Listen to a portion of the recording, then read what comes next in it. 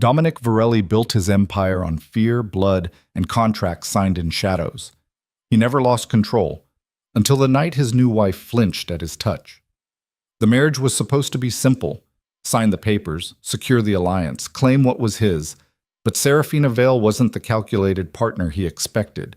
She was terrified, innocent, sacrificed like a lamb to wolves. When Dominic realized the truth, he faced an impossible choice: take what the contract promised, or walk away from everything he believed about power.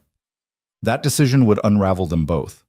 If you want to see how their story ends, stick around until the final word.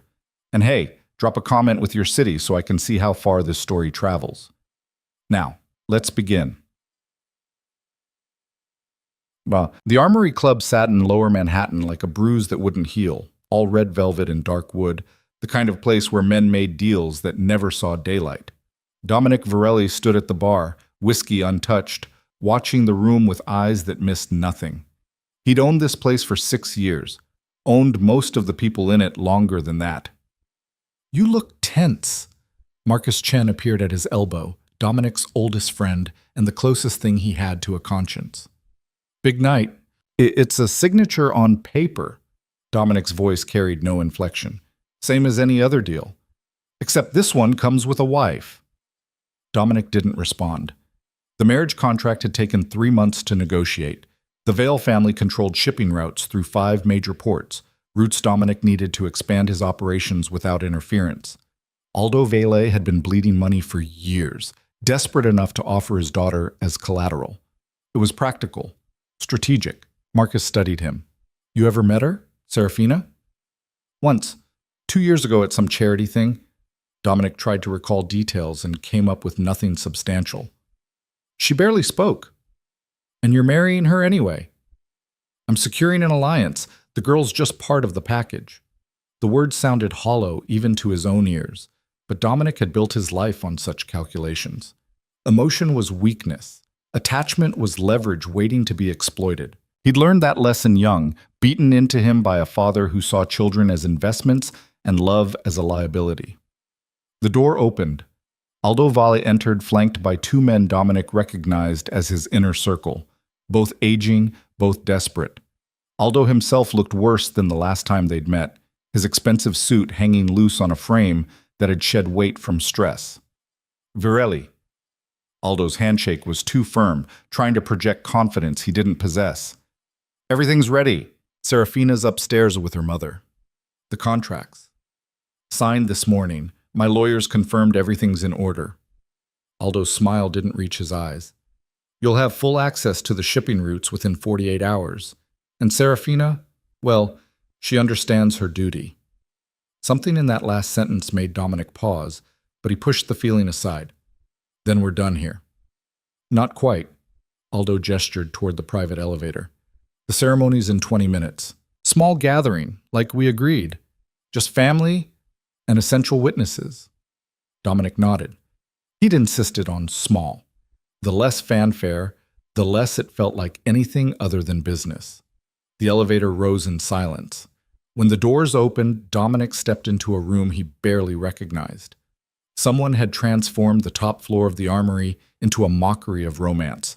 White flowers, soft lighting, chairs arranged in neat rows. A handful of people stood scattered throughout, their conversations dying as Dominic entered. He recognized a few faces.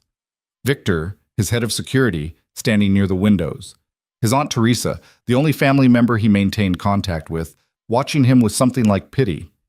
The rest were Vale's people, relatives and associates who looked at Dominic with barely concealed fear. Good.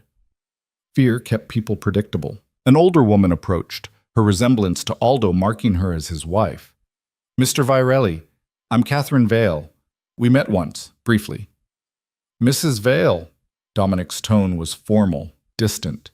"Serafina will be ready soon. She's just—" Catherine's hands twisted together. "She's nervous. This is all very sudden for her." "We all know what this is." Dominic kept his voice level. "I assume she's been informed of the expectations." Catherine flinched. "She knows her duty." There was that word again. Duty. It sat wrong in Dominic's chest, but he couldn't identify why. Marcus appeared with 2 glasses of champagne. For the happy couple, he said, his tone carefully neutral. He handed one to Dominic, who set it down untouched. Where's the officiant? Judge Morrison's here. Aldo called in a favor. Marcus lowered his voice. You sure about this? It's not too late to... It's done. Dominic cut him off. The papers are signed. Papers can be unsigned. Dominic turned to face his friend fully. Why are you pushing this? Because I've known you 20 years, and I've never seen you this cold about anything, and that's saying something. Marcus met his gaze steadily. This isn't like moving product or negotiating territory. This is a person. A person who agreed to the terms. Did she? Marcus asked quietly. Or did her father agree for her? Before Dominic could answer, the murmur of conversation shifted. He turned toward the small dressing room at the far end of the space, and his breath caught despite himself. Serafina Vale stood in the doorway, and she was nothing like he remembered. 2 years ago, she'd been background noise in a room full of background noise. Forgettable, unremarkable. Now she wore a simple white dress that should have been elegant, but instead seemed to swallow her whole. Her dark hair had been pulled back from a face so pale it looked translucent under the soft lights. But it was her eyes that stopped him. Terror, pure, undisguised terror. She wasn't looking at him with fear, she was looking at everything with fear. Her gaze darted around the room like a trapped animal searching for exits. Her hands gripped a small bouquet so tightly her knuckles had gone white. When Catherine approached to adjust her dress, Serafina flinched hard enough that everyone noticed. This wasn't nervousness. This was panic. Dominic felt something shift in his chest, some unnamed feeling that he immediately tried to suppress. This was the deal. The girl had known what she was agreeing to. Whatever terror she felt now was her problem to manage. But as Aldo took her arm to lead her down the makeshift aisle, Serafina stumbled. Her father's grip tightened, pulling her forward with more force than necessary, and Dominic saw her bite her lip hard enough to draw blood. She was shaking, visibly shaking. The ceremony began in a blur. Judge Morrison spoke words that Dominic had heard at a dozen weddings, making this farce sound legitimate. Dominic responded when required, his voice steady and emotionless. When the judge turned to Serafina, asking if she took Dominic as her husband, there was a pause that stretched too long. Her voice cracked. She tried again. I do. It sounded like surrender. The judge pronounced them married. Dominic was supposed to kiss her. Tradition demanded it. But when he leaned in, Serafina turned her face so sharply that his lips barely grazed her cheek. Her entire body had gone rigid. Applause scattered through the room, polite and perfunctory. Aldo looked relieved. Catherine looked devastated. Marcus looked like he wanted to say something but thought better of it. And Serafina looked like she was about to shatter into pieces. The reception was brief by design. Dominic had insisted on no dancing, no cake-cutting ceremony, none of the theatrical elements that made weddings into spectacles. What he got instead was an hour of forced conversation and champagne he didn't drink while Serafina sat in a chair against the wall, untouched and untouchable. He watched her from across the room. She hadn't moved in 20 minutes, hadn't spoken to anyone who approached her. Her mother had tried once, leaning in to whisper something that made Serafina's eyes fill with tears she wouldn't let fall. She's terrified of you. Victor had materialized at Dominic's shoulder, silent as always. She doesn't know me. Maybe that's why. Victor had been with Dominic for 15 years, long enough to speak freely. You know what they say about you on the streets. The stories. Stories aren't my concern. They are when your wife looks at you like you're going to kill her. Dominic's jaw tightened. She'll adjust. Will she? Victor's tone suggested doubt. Or will she just learn to be afraid quietly? Before Dominic could respond, Aldo appeared with a politician's smile and a drunk man's eyes. Well, Virelli, congratulations. I trust you'll take good care of my daughter. The way he said it, like Serafina was a car he'd just sold, made something dark unfurl in Dominic's chest. The shipping routes will transfer tomorrow. About that. Aldo's smile widened. I've prepared all the documentation. You'll have full operational control by noon, and Serafina, well, she comes with her own set of instructions. Instructions? She's been raised properly, knows how to run a household, how to entertain, how to... Aldo's voice dropped. How to fulfill her wifely duties without complaint. Her mother made sure of that. Dominic felt his hands curl into fists. We're done here. Of course, of course. Aldo clapped him on the shoulder with false bonhomie. I'll leave you two alone. I'm sure you're eager to get to know each other better. He walked away laughing, and Dominic wanted to put his fist through something. Boss. Victor's voice was low. Maybe give her time. This is a lot for anyone to... I know what this is. Dominic cut him off. But he didn't. Not really. He'd expected a partner who understood the game, who'd been raised in this world and knew its rules. Instead, he'd gotten a frightened girl who looked at him like he was a monster. Maybe he was. The reception wound down. Guests began to leave, offering congratulations that felt more like condolences. Marcus lingered longest, pulling Dominic aside near the exit. I'm going to say this once, and then I'll drop it. Marcus kept his voice low. That girl is terrified. Whatever you're planning for tonight, that's none of your concern. It is when I've known you long enough to see you make decisions you'll regret. Marcus held his gaze. You want the shipping routes? Fine. You got them. But don't destroy that girl just because you can. There are lines even we don't cross. Get out. Marcus left without another word. The room emptied until only Dominic, Serafina, and Victor remained. Victor took one look at the situation and made himself scarce, murmuring something about checking the perimeter security. Silence filled the space between them. Serafina hadn't moved from her chair. She stared at her hands, at the gold ring that now circled her finger, a ring Dominic had chosen without thought, just another detail to be handled. Her breathing was too fast, too shallow. Dominic approached slowly, the way you might approach something wild and wounded. We should go. She flinched at his voice but stood, moving like her legs barely supported her weight. She wouldn't look at him. Couldn't, maybe. His car waited downstairs, a black Mercedes that whispered money and power. Victor held the door. Serafina slid into the back seat, pressing herself against the far window as if she could melt through the glass and escape. Dominic got in beside her. The door closed with a heavy click that sounded too much like a cell locking. They drove through Manhattan in silence. The city lights flickered across Serafina's face, highlighting the tracks of tears she'd finally let fall. She'd given up trying to hide them. Given up on everything, it seemed.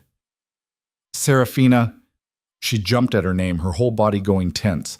Look at me. Slowly, so slowly, she turned her head. Her eyes met his for the first time since the ceremony. And what Dominic saw there made something in his chest constrict. She wasn't just afraid. She was resigned, like she'd already accepted whatever horror she believed was coming. I'm not going to hurt you. She didn't believe him. He could see it in every line of her face. Do you understand? I understand my duty. Her voice was barely a whisper, rough from suppressed crying. My mother explained everything. I know what's expected. The way she said it made Dominic's stomach turn. What exactly did your mother tell you? That I belong to you now. That I have to... She couldn't finish, her breath hitching. That I have to do whatever you want. That it's my job to please you. To not complain or resist. To be... Her voice broke completely. To be good. Rage, pure and unexpected, flooded through Dominic. Not at Serafina, at Aldo, at Catherine, at everyone who'd reduced this girl to a transaction and convinced her that her only value was obedience. They told you that you're property, aren't I? She looked at him with those terrified eyes. You paid for me. The marriage contract, my father showed me the terms. You get the shipping routes and you get me. In exchange for clearing his debts and protecting our family interests. That's the deal. Serafina, I'm not stupid, Mr. Varelli. Tears spilled down her cheeks freely now. I know what men like you do. I've heard the stories. I know what you are. And I know that I don't have a choice. So I'll do what I'm supposed to do. I'll be what you need me to be. Just please. Her voice dropped to something raw and broken. Please don't hurt me more than you have to. The car pulled up to Dominic's building, a converted warehouse in Tribeca that he'd transformed into a fortress of glass and steel. Normally he felt pride seeing it. Tonight it looked like a prison. Victor opened the door. Serafina stepped out on unsteady legs, and when Dominic touched her elbow to guide her, she jerked away so violently she nearly fell. They rode the private elevator to the penthouse in suffocating silence. Serafina stared at the floor, counting each second like a prisoner walking to execution. The elevator opened directly into his living space, an open floor plan of concrete and exposed brick, minimalist furniture, floor-to-ceiling windows overlooking the Hudson. It was designed to impress, to intimidate. Looking at it through Serafina's eyes, Dominic saw only how cold it felt. She stood just inside the entrance, frozen. "The bedroom's through there," Dominic gestured to the hallway. "Your things were delivered this afternoon. They should be in the closet." She nodded without speaking. "Are you hungry? I can have food brought up." Another nod. No words. Dominic felt frustration building. He'd dealt with hostile negotiations, with men who wanted him dead, with situations that required split-second decisions with life or death consequences. None of it had prepared him for a terrified girl who looked at him like he was a monster, maybe because he was. "Serafina." He tried to gentle his voice, but it came out harsh anyway. "You need to eat something. You barely touched anything at the reception." "I'm not hungry." Her voice was hollow. "When did you last eat?" No answer. "Serafina." "Yesterday morning." The words came out flat. I felt sick since I found out about the wedding. Food just..." She wrapped her arms around herself. "It doesn't matter. I'm fine." She wasn't fine. She was trembling so hard her teeth were chattering despite the warmth of the room. Dominic moved toward her, and she backed up immediately, her shoulders hitting the wall. Panic flashed across her face. Real, visceral panic that made her look like she might bolt or collapse, or both. He stopped, raised his hand slowly, palms out. "I'm not going to touch you." "But you will." She was crying again, silent tears that she didn't bother wiping away. "Eventually." That's the point of all this, isn't it? The marriage contract includes... It specifies... She couldn't say it. "Consummation."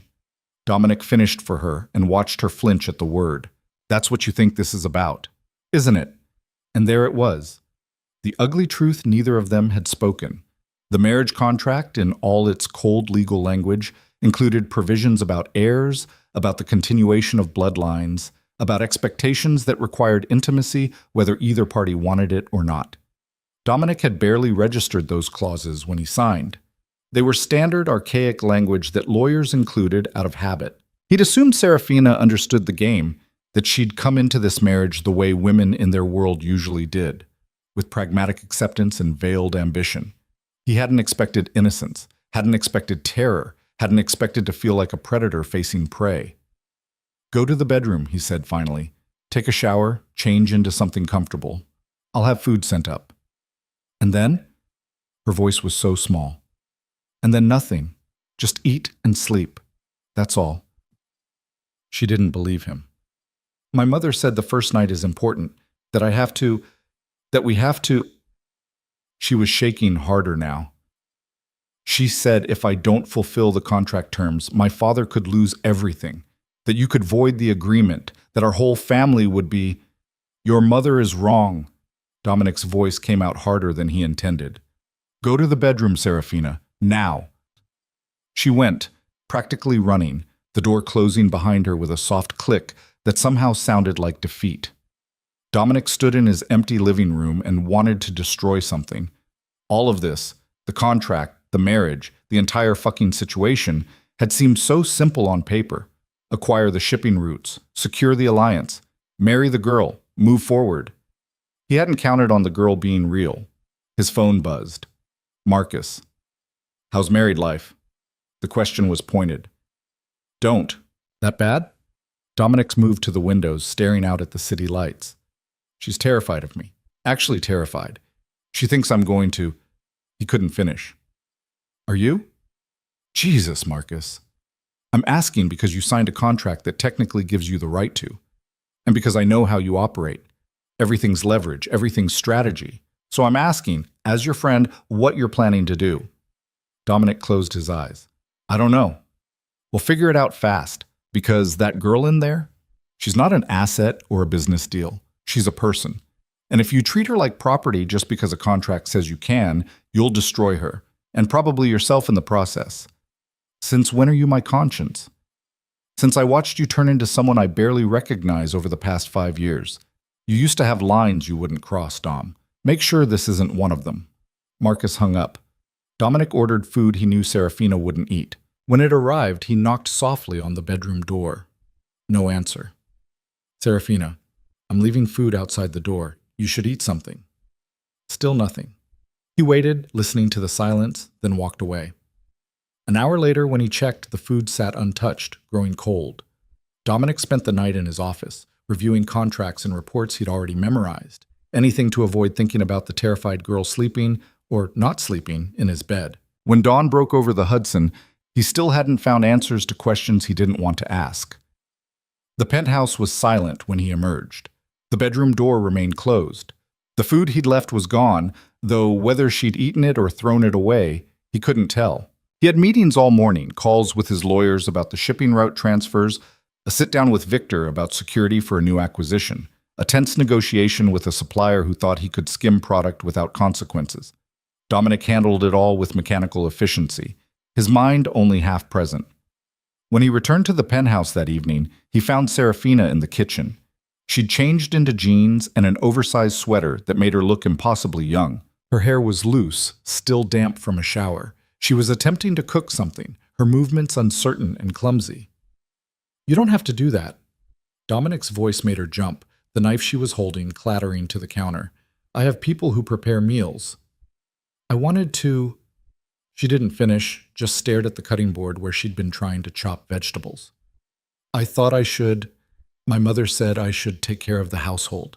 That it's my responsibility to—" "Your mother said a lot of things that aren't true." Serafina's hands twisted together. "I don't understand what you want from me." Dominic moved closer, and she backed up immediately, putting the kitchen island between them. Always retreating. Always afraid. "I want you to stop looking at me like I'm going to hurt you." "I'm trying." Her voice broke. "I'm really trying, but I don't know how to— I don't know what I'm supposed to—" She pressed her palms against her eyes. "I've never done any of this before. I don't know how to be a wife. I don't know how to be what you need, and I'm scared that I'll mess it up and you'll—" "I'll what?" "I don't know." The words burst out of her, raw and honest. "I don't know what you'll do if I disappoint you. Send me back? Hurt me? I don't know the rules here. I don't know anything except that I'm trapped and terrified and I can't breathe and—" She was hyperventilating, her breath coming in short gasps that made her sway on her feet. Dominic moved on instinct, reaching for her, and she jerked back so hard she hit the counter. "Don't touch me!" The scream tore out of her. "Please don't touch me! I can't!" She slid down to the floor, her back against the cabinet, arms wrapped around her knees, gasping for air that wouldn't come. A full panic attack, her body shutting down from fear. Dominic stood frozen, watching her fall apart, feeling more helpless than he'd ever felt in his life. Every instinct screamed at him to fix this, to take control, to make it stop. But he couldn't fix what he'd caused, couldn't control fear this deep. "Serafina." He kept his voice low, steady. "Look at me. I need you to look at me." She couldn't. Her eyes were squeezed shut, tears streaming down her face, her whole body shaking. "I'm not going to touch you. I'm staying right here. You're safe. Do you understand? You're safe." "I'm not." The words came between gasping breaths. "I'll never be safe again. I belong to you now. My father sold me like I was nothing, and you bought me, and I have no choice. I have no way out. I can't breathe." Dominic lowered himself to the floor slowly, staying several feet away. "Just breathe. In through your nose, out through your mouth. Come on. With me." He demonstrated, exaggerating each breath, and after a moment she tried to follow. It took several minutes before her breathing steadied, before the panic receded enough for her to speak. "I'm sorry."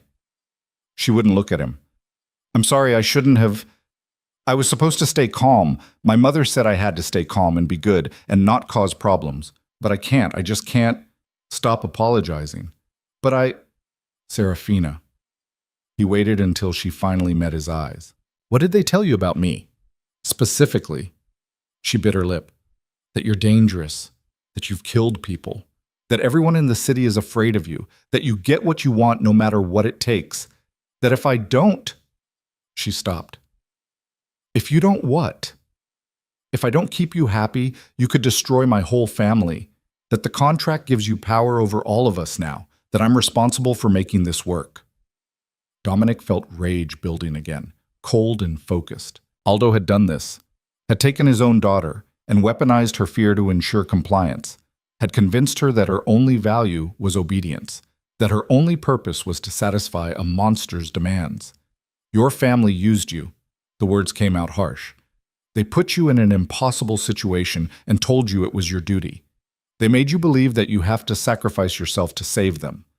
That's not protection, Serafina. That's cowardice." "They didn't have a choice. We were losing everything. My father's debts, the legal problems, the threats from—" She stopped, seeming to realize she was saying too much. "From who?" She shook her head. "Serafina. Who was threatening your family?" "It doesn't matter now. You own the shipping routes. You have the power to protect us from anyone who—" Again, she stopped herself. Dominic felt pieces clicking into place, a picture forming that he didn't like.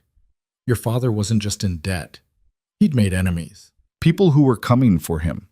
And instead of facing them himself, he used you as a shield. He was trying to save us. He was saving himself. Don't. Her voice shook. Don't say that. He's still my father. He's still... She couldn't finish because they both knew the truth. Aldo Valle had sacrificed his daughter to save his own skin, had dressed it up as duty and family honor, had convinced her it was love. How old are you? Dominic asked suddenly. 22.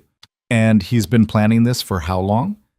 I don't know, a few months, maybe longer. I only found out 2 weeks ago. She pulled her knees tighter to her chest. I came home and my mother sat me down and explained everything. The debts, the threats, the marriage contract. She said it was the only way, that I had to do this for the family, that it was my responsibility as the oldest daughter. You have siblings, 2 younger sisters, still in school. Something shifted in her expression, fierce protectiveness breaking through the fear. They can't know about any of this. They think I'm getting married because I want to, because it's... She laughed bitterly. Because it's romantic. What do they know about me? Nothing real, just that you're successful, powerful. My mother made you sound almost respectable. Serafina wiped at her tears with the sleeve of her sweater. They don't know what you actually do, what you actually are. And what am I? She looked at him then, really looked at him, and Dominic saw himself through her eyes. A man who built empires on violence, who took what he wanted, who inspired fear in everyone he encountered. A man who'd married a terrified girl because she came with shipping routes he needed. I don't know, she whispered. That's what scares me most. I don't know what you are, or what you want, or what you'll do to me. I only know I can't escape. The words hung between them, brutal in their honesty. Dominic stood slowly, carefully, telegraphing every movement. Get up! Terror flashed across her face, but she obeyed, rising on shaking legs. Go back to the bedroom. Please. Go to the bedroom, Serafina. Lock the door. I'm sleeping in the guest room tonight. He pulled out his phone. I'm ordering food. Real food, not whatever you were trying to make. When it arrives, I'll leave it outside your door. You're going to eat it. All of it. And then you're going to sleep. That's all. No expectations, no contracts, no duties. Just sleep. Do you understand? She nodded, not quite believing him. In the morning, we're going to talk, really talk, about what this arrangement actually is, what you can expect from me, what the rules are. But tonight, you're just going to rest. He paused. Can you do that? I think so. Good. Now go. She went. And this time when the door closed, it didn't sound like defeat. It sounded like mercy. Dominic ordered enough food for 3 people, all comfort items he hoped might actually appeal to her. When it arrived, he knocked once and left it outside the bedroom door as promised. He heard her emerge 20 minutes later, heard the soft sound of containers being opened. An hour after that, he checked. The food was gone. Small victory. He spent the night in the guest room, staring at the ceiling, trying to figure out what the hell he was doing. The contract was signed. The shipping routes were transferring. He'd gotten what he wanted. Except he hadn't. Not really.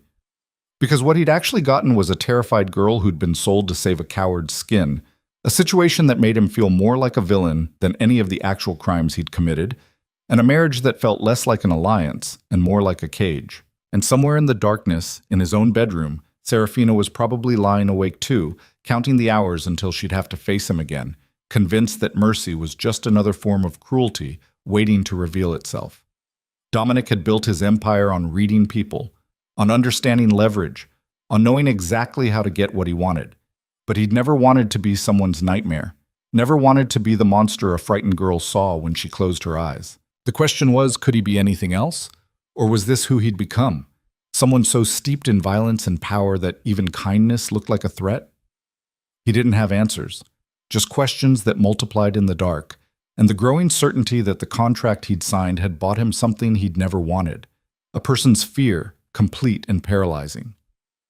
And for the first time in his carefully constructed life, Dominic Varelli didn't know what to do with power once he had it. Morning came too early and not early enough. Dominic had managed maybe 2 hours of sleep, his mind churning through possibilities and problems until the sky turned gray. He found himself standing in the kitchen at 6, making coffee he didn't want, listening to the silence of the penthouse and wondering if Serafina had slept at all. The bedroom door opened at 7:30. She emerged wearing different clothes, dark jeans, a plain sweater, her hair pulled back. She looked exhausted, dark circles under eyes that were still red from crying. But she'd washed her face, composed herself into something that resembled calm. "Good morning." Her voice was quiet, formal.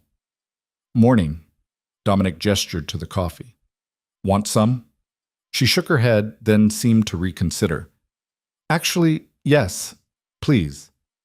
He poured her a cup, black, and watched as she added cream and sugar with shaking hands. She wouldn't look at him directly, her gaze settling somewhere around his shoulder. "Did you eat last night?" "Yes. Thank you." She took a sip of coffee, winced at the heat.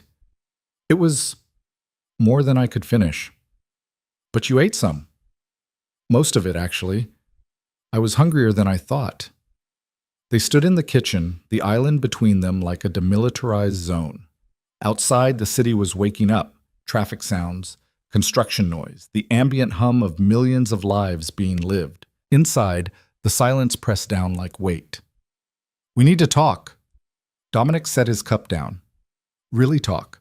Not the conversation we had last night. Not whatever your parents told you to expect. Actual honesty." Serafina's grip tightened on her mug. "Okay." "Sit down." She did, choosing the chair farthest from him. Always distance, always escape routes. Dominic stayed standing, mainly because he couldn't figure out what to do with his hands. "I'm going to ask you questions and I need you to answer them truthfully. Can you do that?" "I'll try." "Did you want this marriage?" The question seemed to catch her off guard. "Want?" "Yes, want. Did you choose this or were you forced into it?" She looked down at her coffee. "Does it matter? I'm here now. The contract's signed." "It matters." "Answer the question." "No." The word came out small and defeated. "I didn't want this. I didn't want any of this." "Did your father give you a choice?" He explained the situation, the debts, the threats. He said this was the only way to save the family, to protect my sisters. He made it sound like...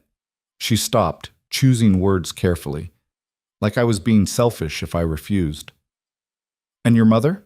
Serafina's laugh was bitter.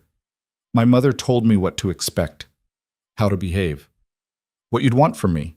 She was very detailed about my duties as a wife." She finally looked up at him. "She made it clear that everything depended on me keeping you satisfied, that if I failed, everyone would suffer." Dominic felt anger rising again, cold and focused. "Your parents sold you and then blamed you for the transaction. They were desperate. They were cowards. Stop saying that." Her voice shook. "They're still my family. They sacrificed you to save themselves." Dominic leaned against the counter. "That's not love, Serafina. That's using you as a human shield. What would you know about love?" The words burst out before she could stop them. Her hand flew to her mouth. "I'm sorry. I shouldn't have. You're right. I don't know much about love." He kept his tone even. "But I know exploitation when I see it. And I know your father used his own daughter as collateral because he was too weak to face his own mistakes." Serafina stood abruptly, her chair scraping against the floor. "You You don't understand. You can't understand what it's like to watch your family falling apart, to see your father being threatened, to know that people want to hurt the people you love. When he told me I could fix it, that I could save everyone by just doing this one thing, what was I supposed to say? No? Let them all suffer because I was too scared? Yes. Dominic's answer was immediate. You were supposed to say no. You were supposed to tell your father to handle his own problems instead of making them yours. Easy for you to say, you have power. You have choices. She gestured helplessly. I had duty, responsibility, 2 sisters who needed protection and a family that needed saving.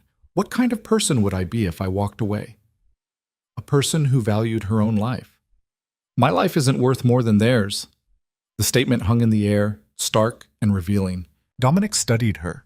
This girl who'd been taught that her worth was measured in sacrifice, that love meant erasure, that being good meant disappearing.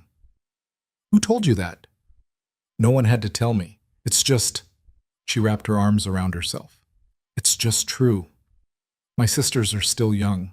They have futures ahead of them. And my parents, for all their mistakes, they're still my parents. They needed help, and I could provide it. That's all this is. That's not all this is. Dominic moved closer, and she backed up immediately. He stopped, raising his hands. I'm not going to touch you, but listen to me. Your father made bad deals with dangerous people. Instead of facing consequences, he found a way to trade you for protection and profit. The shipping routes alone are worth millions. Add in the alliance, the territorial advantages, the connections to his networks. He didn't just save himself, Serafina. He got rich off selling you. She flinched like he'd struck her. That's not... He wouldn't he? The contract's transferred yesterday. Do you know what your father netted from this deal? Beyond the debt forgiveness and protection? I don't want to know. $3 million, cash, plus percentage points on all future shipping revenue through his ports. Dominic watched her face pale. He sold you for $3 million and a steady income stream. That's not desperation. That's business. Serafina sank back into her chair, her legs seeming to give out.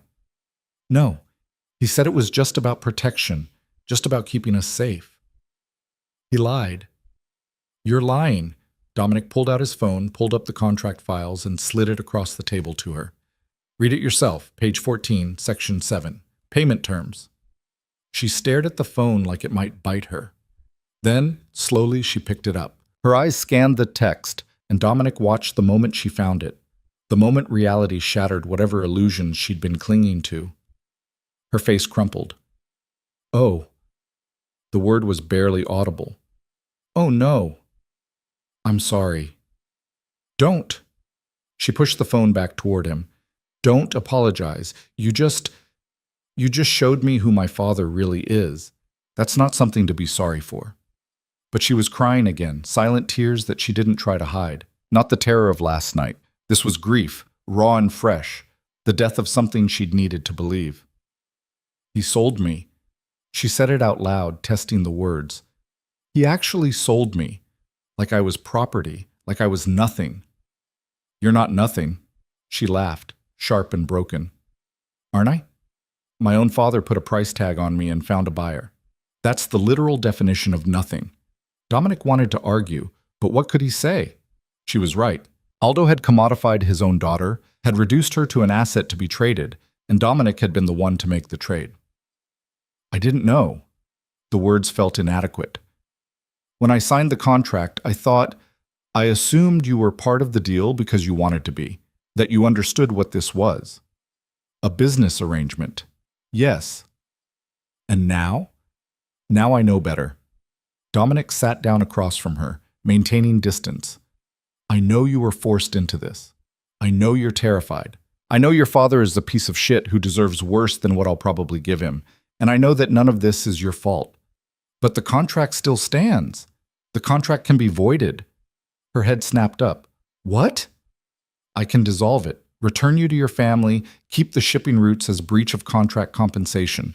Your father would lose the $3 million, but you'd be free. Hope flared in her eyes, bright and desperate. Then it died. My sisters, what about them? The people threatening my father, they don't care about contracts. If I leave, if this arrangement falls apart, they'll go after my family again. My sisters could be... She couldn't finish. At least this way with you, they're protected. You have the power to keep them safe. You'd stay in a marriage you don't want to protect siblings. Your father should be protecting himself.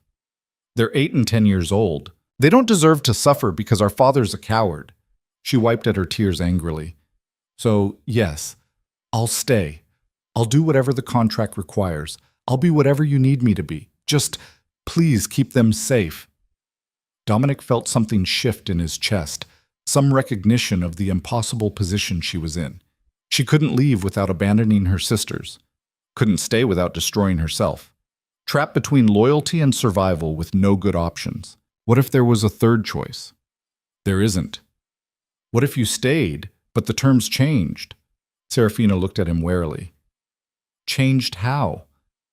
We stay married on paper. I maintain protection for your family, keep your sisters safe, make sure your father's enemies stay away. But between us, the expectations change. I don't understand. Dominic chose his words carefully. The contract says we're married. It doesn't say you have to be terrified of me. It doesn't say you have to sacrifice yourself. We can make this arrangement into something bearable. Bearable? She tested the word. What does that mean? It means I'm not going to force you into anything. Not intimacy, not performance, not whatever duties your mother told you about. You live here, we maintain appearances when necessary, and your family stays protected. But behind closed doors, you're free. Free. The word sounded foreign in her mouth. I don't believe you. I know. You shouldn't. Not yet. But I'm offering anyway. She studied him for a long moment, trying to find the trap. Why would you do that? What do you get out of it? The shipping routes, the alliance, strategic advantages. He paused. And maybe the ability to sleep at night.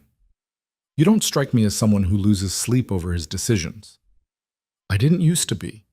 But watching you fall apart last night because you thought I was going to... He stopped. Let's just say it wasn't my finest moment. You felt guilty. I felt like a monster. Maybe you are one. There was no venom in her voice, just observation. Maybe we're both just trying to survive in a situation neither of us wanted. Maybe. They sat in silence, the morning light getting stronger through the windows. Somewhere in the building, someone was playing music, the bass line vibrating through the walls. Normal life, happening all around them while they negotiated the terms of captivity. I need guarantees.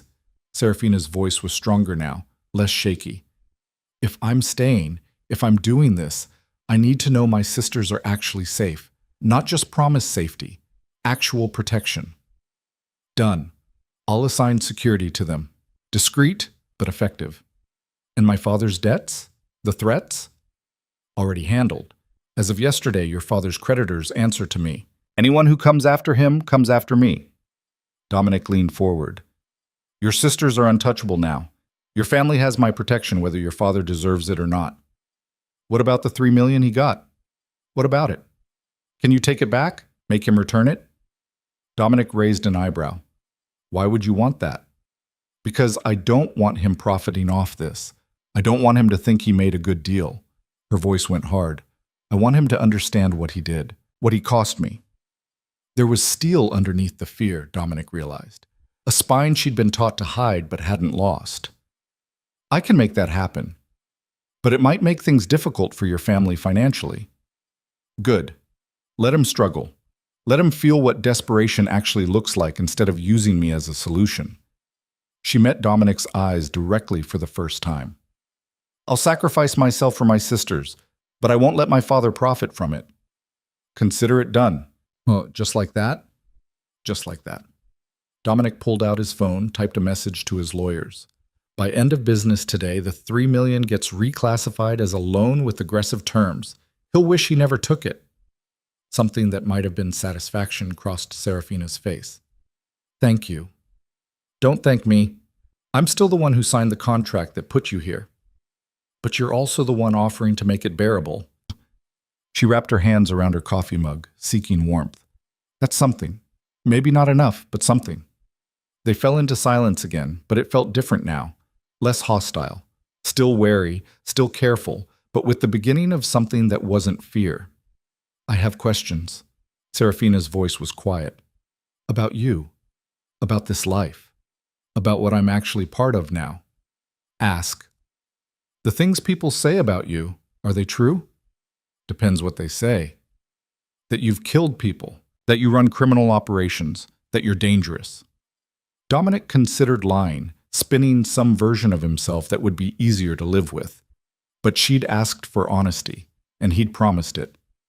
Yes, all of that is true. She absorbed this without flinching. How many people? How many have I killed? Yes. Do you really want to know? I'm living with you, married to you. I think I deserve to know who I'm married to. Fair point. I stopped counting after the first few. Some were self-defense, some were business, some were... He trailed off. Some were because I could. Because I was angry, or because someone needed to be taught a lesson, or because it was easier than the alternative. Do you regret it? The question caught him off guard. Some of them. The ones who probably didn't deserve it. The ones who were just in the wrong place at the wrong time. But not all of them. No, not all of them. Some people needed killing, still do. Serafina was quiet for a moment. My father said you were ruthless, that you built your empire on fear and violence. He made it sound almost admirable, like it was strength. It's not strength, it's survival that went too far. What does that mean? Dominic stood, moved to the window, putting distance between them. I grew up in a house where weakness got you beaten, where showing emotion meant giving someone leverage to use against you, where the only way to survive was to be harder, meaner, more willing to do terrible things than everyone around you. So that's what I became. And it worked. I survived. Built something, made myself into someone people feared instead of someone who got hurt. But somewhere along the way, survival turned into empire building. Fear turned into power. And I stopped asking whether I should do something and started just doing it. Because I could. Because no one could stop me. He turned to face her. Your father was right. I am ruthless. I am dangerous. And I've done things that would make you run if you had anywhere to run to. I'm not running. You should be. But I'm not. She stood, moved closer to the window, though still maintaining several feet of distance. Do you want to know what I think? What? I think you're telling me all of this to scare me, to make me understand how dangerous you are, so I'll... What? Be more afraid? Be more careful? Understand my place? She shook her head. But here's the thing. I'm already terrified. You can't make it worse. So maybe just tell me the truth without the performance.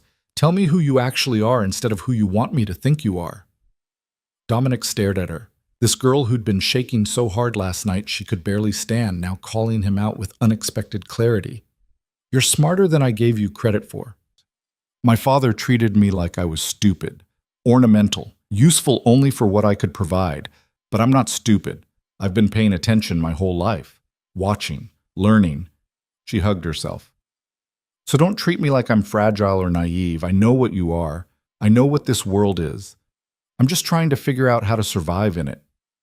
Fair enough. Dominic returned to the table, sat down. Truth then, no performance. I built my empire on violence and fear because that's what I knew how to do. I'm good at it, better than I should be. And I don't regret most of it because the world I operate in doesn't reward mercy. But you're showing me mercy. Am I? Or am I just avoiding adding you to the list of people I've destroyed? Does it matter which one it is? I don't know. And that was the truth. Dominic didn't know why Serafina's terror had affected him when nothing else did. Didn't know why her fear felt different than the fear he saw in business rivals or enemies or people who owed him money. Didn't know why the idea of forcing her into anything made him feel like he was crossing a line he couldn't uncross. They sat across from each other, two people trapped in a situation neither wanted, trying to find a way to make it survivable. What happens now? Serafina asked finally. Now we figure out how to live together without destroying each other. That's it? That's the plan? That's the start of the plan. The rest we make up as we go. She almost smiled. Almost. You don't strike me as someone who makes things up as you go. I don't usually have to. Most situations I can control. This, he gestured between them. This is new territory for both of us. Yeah. The silence that followed felt different, not comfortable, not yet, but not hostile either. Just two people beginning to see each other as actual people instead of roles in a transaction. I need to go out, Dominic stood. Business I can't postpone. Victor will be here. If you need anything, tell him. Victor, you're head of security. Yes, he looks intimidating, but he's... Dominic paused. He's actually decent. You'll be safe with him. Safe. She said the word like she was still learning what it meant. Okay.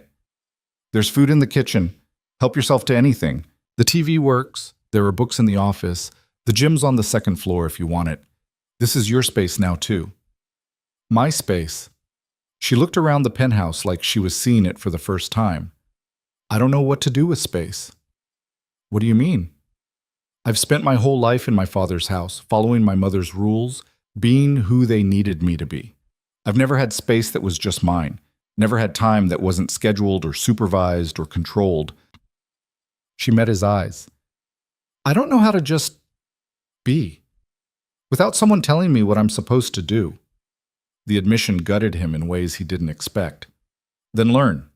You've got time now, nothing but time. And when you come back? When I come back, we have dinner, we talk, we keep figuring this out. He moved toward the door, then stopped. Serafina, I meant what I said last night. I'm not going to hurt you, not physically, not sexually, not in any way. That's not what this is. Then what is it? Honestly, I'm still figuring that out.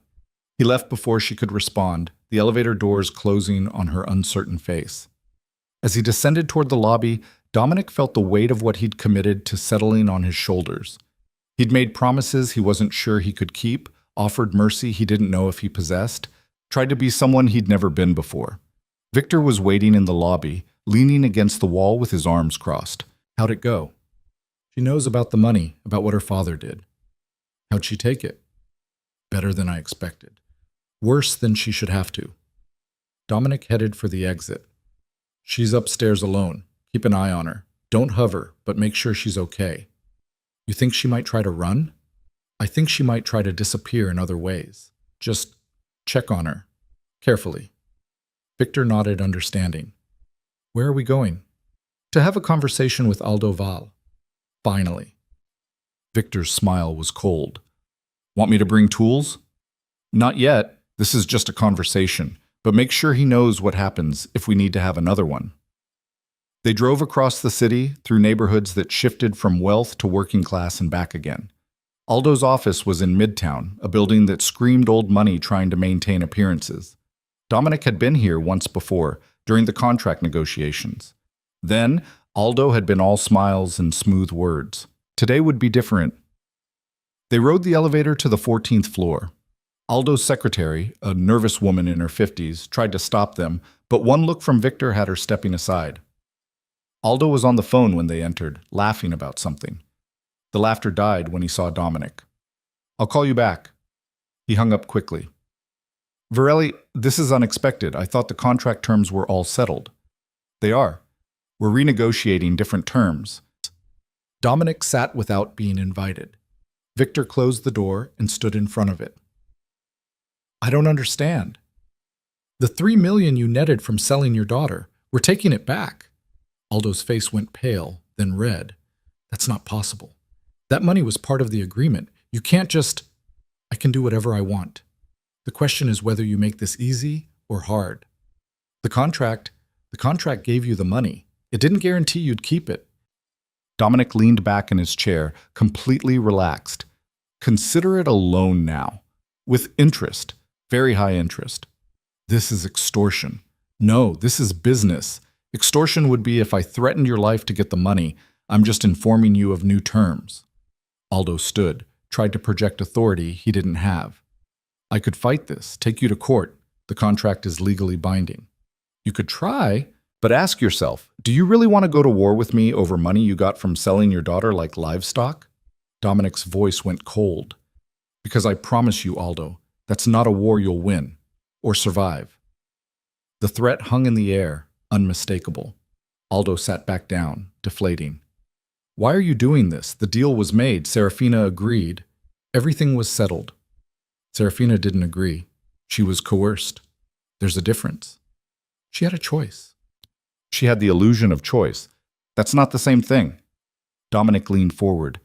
You used your own daughter as a bargaining chip and convinced her it was duty. You scared her into compliance by threatening her sister's safety. You made her believe she was saving the family when really you were just saving yourself. And then you profited off it. I did what I had to do. No. You did what was easiest. What kept you from facing consequences for your own mistakes. Dominic stood. The money's gone. My lawyers will contact yours about the loan terms. You'll pay it back over the next 10 years with interest that will make you regret every dollar you spent. I don't have that kind of cash flow anymore. The shipping routes are yours now. Then I guess you'll have to figure something out. Get creative. Isn't that what you told Serafina when you sold her? That desperate times require sacrifice? Dominic moved toward the door. Now you get to understand what that actually means. Wait, Aldo's voice cracked. My daughters, the younger ones, the protection you promised, is still in place. Unlike you, I don't punish children for their father's sins. Dominic paused at the door. But understand this. Your protection extends only as far as your daughters. You step out of line, you cause problems. You come anywhere near Serafina without my permission, and we have a very different conversation. She's my daughter. She was your daughter. Now she's my wife. And unlike you, I actually plan to treat her like she matters. He left Aldo sitting in his office, the man's face a mixture of rage and fear and something that might have been shame. Victor followed, silent until they reached the elevator. Feel better? Not really. Dominic pressed the button for the lobby. But it needed to be done. What are you going to do with her? Serafina. I don't know. You like her. I barely know her. But you like her, or at least you don't want to hurt her, which for you is basically the same thing. Dominic didn't answer because Victor was right. Something about Serafina had gotten under his skin, made him question things he'd never questioned before, made him want to be someone different than who he was. The question was whether different was possible, whether a man who'd built his life on violence and fear could become someone a terrified girl might eventually trust. He didn't have answers, just questions that grew more complicated every time Serafina looked at him with those haunted eyes, every time she flinched away from his touch, every time she tried to be brave despite being terrified. When Dominic returned to the penthouse that evening, he found Serafina in the kitchen again. This time she'd actually managed to cook something, pasta with what looked like marinara from a jar, a salad that was more effort than skill. She stood at the stove, her back to him, and for a moment he just watched her move through the space like she was testing its boundaries. Smells good! She jumped, spinning around with the wooden spoon held like a weapon. When she saw it was him, her shoulders dropped, but the tension didn't fully leave her face. I made dinner. I wasn't sure when you'd be back, so She gestured at the pot. There's enough for two, if you want. You didn't have to do that. I needed something to do with my hands. Victor showed me where everything was. She turned back to the stove, stirring unnecessarily. He's actually kind of nice, for someone who looks like he could snap a person in half. He has his moments. Dominic loosened his tie, felt the weight of the day settling into his bones. What did you two talk about? Books, mostly. He noticed me looking at your shelves and started recommending things. I didn't expect him to be so well-read. Most people don't. They see the scars and the size and assume that's all there is. Serafina set the spoon down, started plating food with careful movements. Is that what people do to you too? See the violence and assume that's everything? The question caught him off guard. I don't usually care what people assume, but sometimes you do. She handed him a plate, still not quite meeting his eyes. Otherwise, you wouldn't have bothered telling me about the money, about my father. You would have just let me believe what I wanted to believe. Maybe I just wanted you to know what kind of man your father is.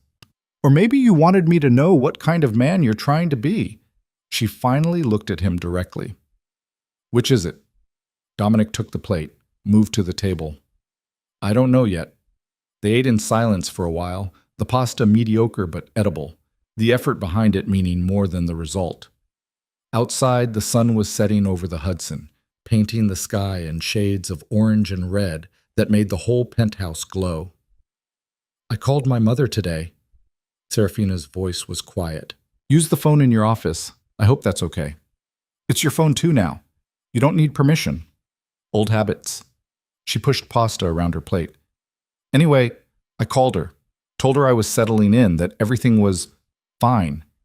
"What did she say?" "She asked if I was fulfilling my duties, if I was keeping you happy, if I'd—" Serafina's voice caught. "If I'd done what she'd told me to do, what was expected on the wedding night." Dominic set his fork down. "What did you tell her?" "I lied. Said everything was exactly as she'd prepared me for, that I was being a good wife." She looked up, and her eyes were wet but angry. "I couldn't tell her the truth. Couldn't admit that my husband is showing me more mercy than my own mother did. That the man I was supposed to be terrified of is the only person who's asked me what I actually want. Serafina, she sold me too, you know. She keeps saying it was for the family, that it was duty, but she took my father's side. Convinced me this was the right thing, the only thing, and the whole time she was preparing me to be—" She stopped, swallowed hard. "To be used.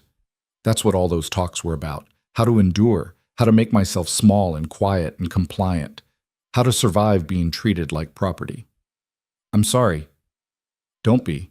You're not the one who did this to me. You're just the one who ended up with me." She stood abruptly, started clearing plates even though Dominic wasn't finished. "My mother asked when I'd be coming to visit, bringing my new husband to meet the family properly.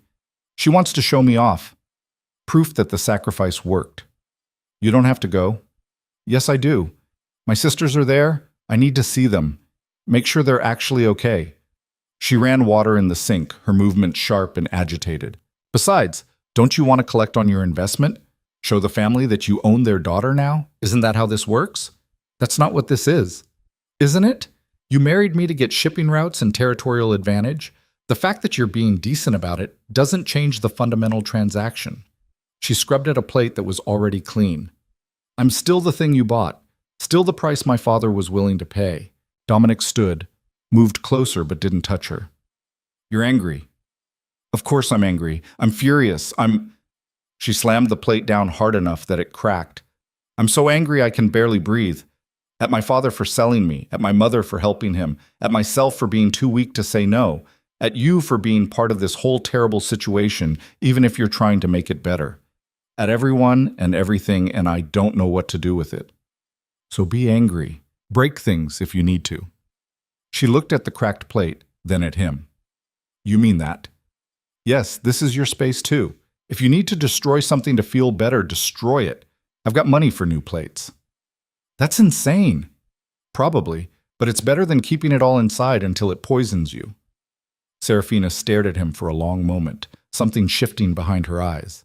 Then she picked up the cracked plate and threw it against the wall. It shattered with a satisfying crash, pieces scattering across the floor. She stood there breathing hard, looking shocked at herself. Then she started laughing, this wild, broken sound that was half sob. "Oh my God, I just threw a plate." "Feel better?"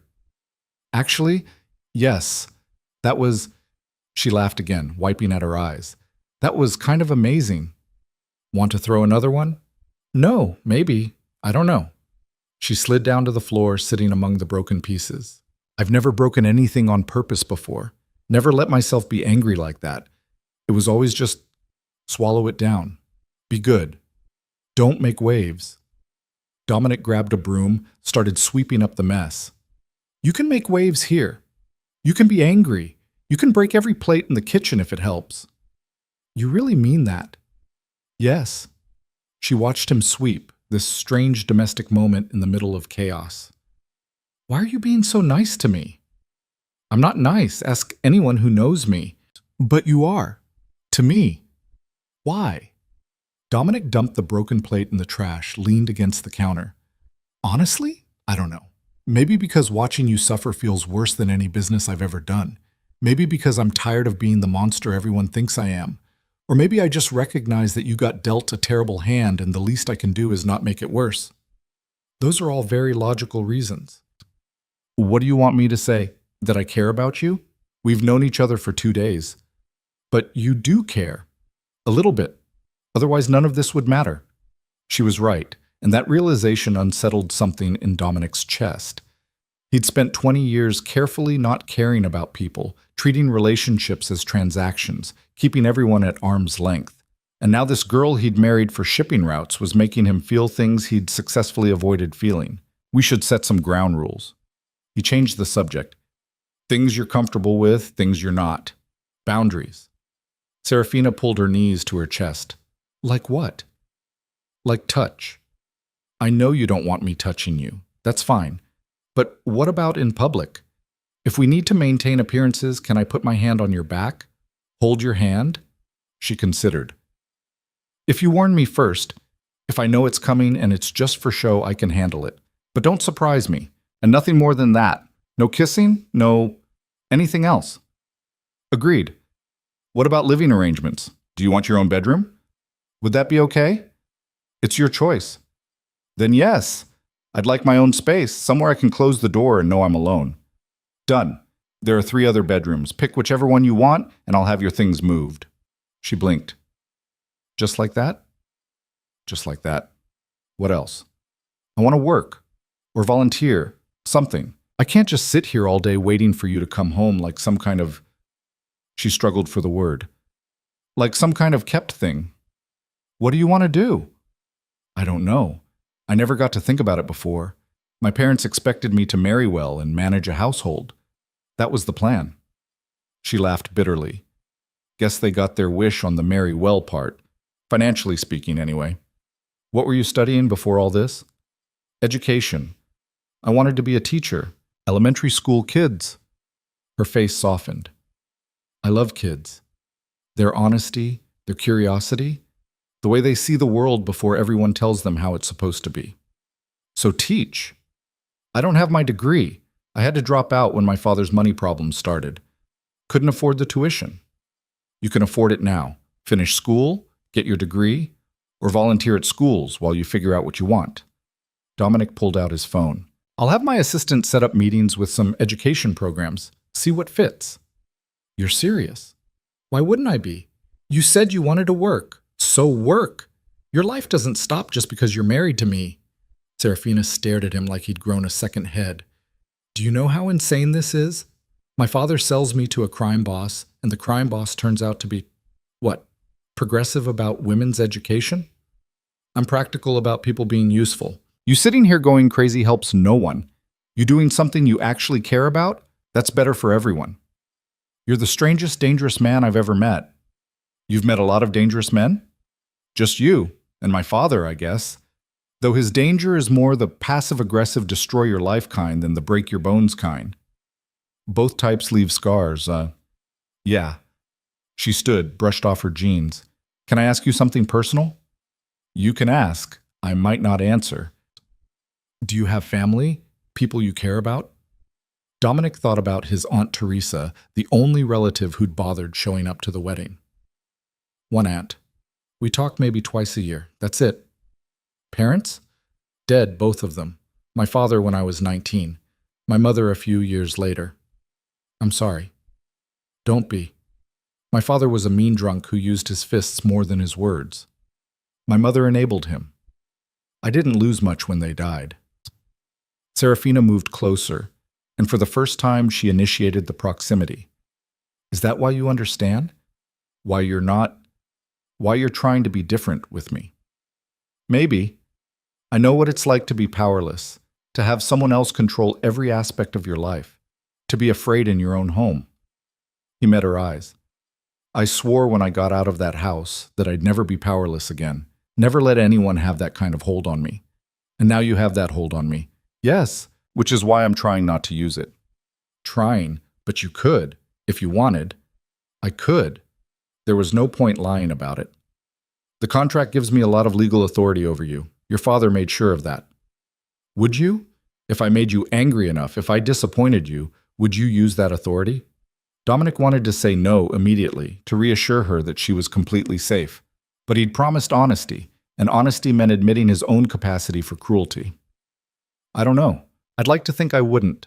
but I've done terrible things for less reason than anger or disappointment. I can't promise you I'm suddenly a different person just because we're married." She absorbed this, nodded slowly.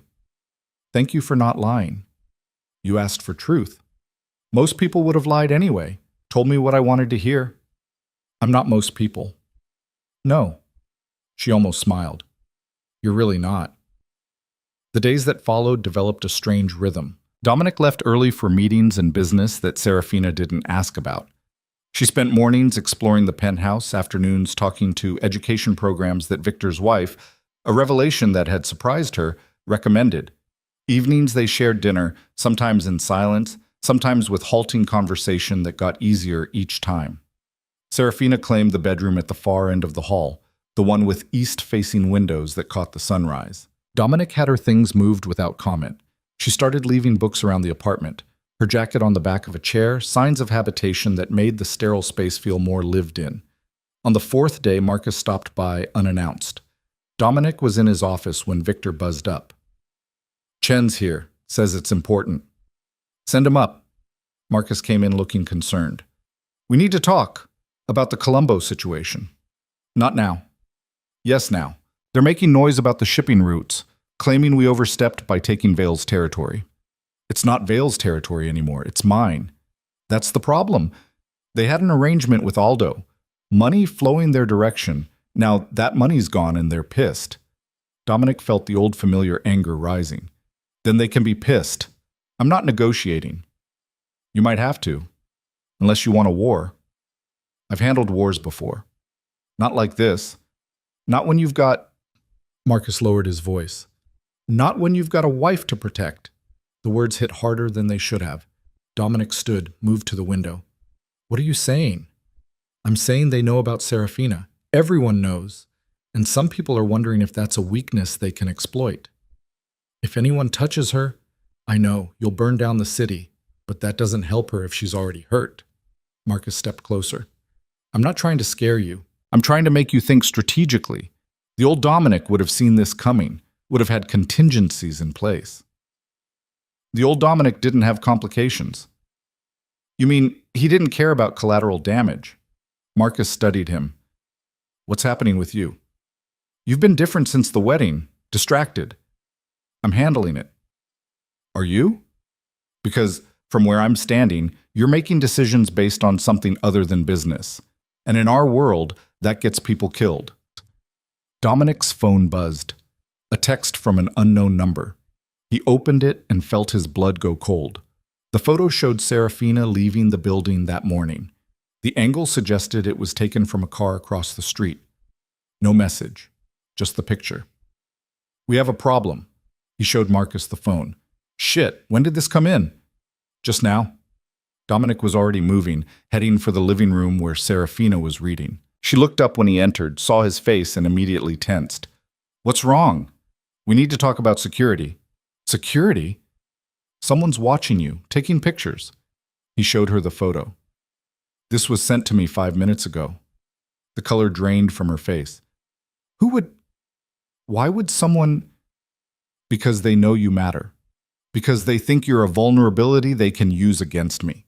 Dominic kept his voice level despite the rage building in his chest. "Which means we need to change how you move through the world." "You mean I'm a prisoner now?" "I mean you need protection, constant protection. Victor will assign a team." "No." Serafina stood, the book falling from her lap. "No, I just started feeling like I could breathe, like I had some kind of freedom. I'm not giving that up." "This isn't negotiable." "Everything is negotiable. You said I had choices here, that this could be bearable." That was before someone sent me a picture of you as a threat." "You don't know it's a threat. Maybe it's a threat." Dominic's voice went hard. "I know how this works. Someone shows you they have access, that they can get close. Next time it's not just a picture." Marcus cleared his throat from the doorway. "He's right, Serafina. This is serious. Of course you'd take his side." "I'm not taking sides. I'm trying to keep you alive." Marcus looked at Dominic. "But she's also not wrong. Lock her down too tight, and you're doing exactly what her father did, just with different words." Dominic wanted to argue, but Marcus had a point. He turned back to Serafina. What do you want? I want to feel safe, but I also want to feel human, not like some object that needs to be locked in a vault. Then what's the middle ground? She thought for a moment. Security when I go out, fine, but not hovering, not following me from room to room. And I get to maintain some kind of normal life, school, volunteering, whatever. I don't become a prisoner in my own home. Agreed, but you follow Victor's protocols. You tell someone where you're going. You don't take unnecessary risks. Because my risks become your problems. Because I don't want you hurt. The words came out more raw than Dominic intended. Is that so hard to believe? Serafina looked at him for a long moment. No, that's what scares me, that you actually mean it. Why does that scare you? Because it's easier when you're just the monster. When this is just a transaction. When I can hate you without complications. She hugged herself. But you keep being, human. And that makes everything more confusing. Marcus made a strategic exit, murmuring something about checking perimeter security. The silence he left behind pressed down like weight. I don't know how to do this. Serafina's voice was small. I don't know how to be married to you while also being terrified of what you represent. How to accept your protection while knowing it comes because someone sees me as leverage. How does... She stopped. How to start trusting you when everything I know says I shouldn't. You shouldn't trust me. Not completely. I'm not a good man, Serafina. I'm trying to be better for you, but I don't know if better is possible. That's not reassuring. It's honest. Yeah. She sat back down, suddenly exhausted. It is that. Dominic's phone rang. Victor.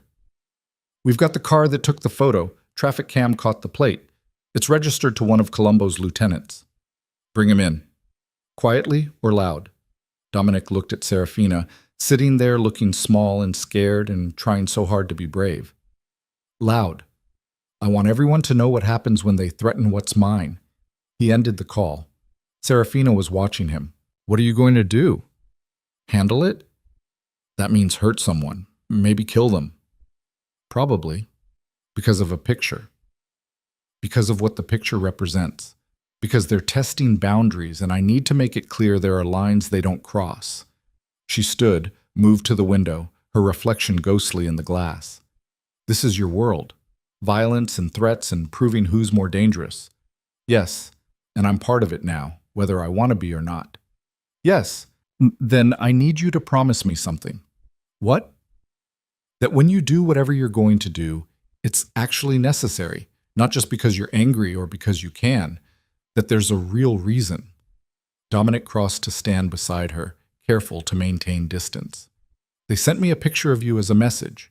The message is that they can get to you, that they're willing to use you to hurt me. If I don't respond with overwhelming force, every enemy I have will think you're an acceptable target. That's the reason. Is it necessary enough? She nodded slowly. I hate that it makes sense. Welcome to my world. Our world now, she corrected him. For better or worse. Isn't that what the vows said? I don't remember the vows. I was too busy watching you shake. I remember them. I remember every word. Because I was terrified that saying them out loud would make this real, would trap me forever. She turned to face him. Turns out I was right. If you want out, I can't get out. My sisters, remember?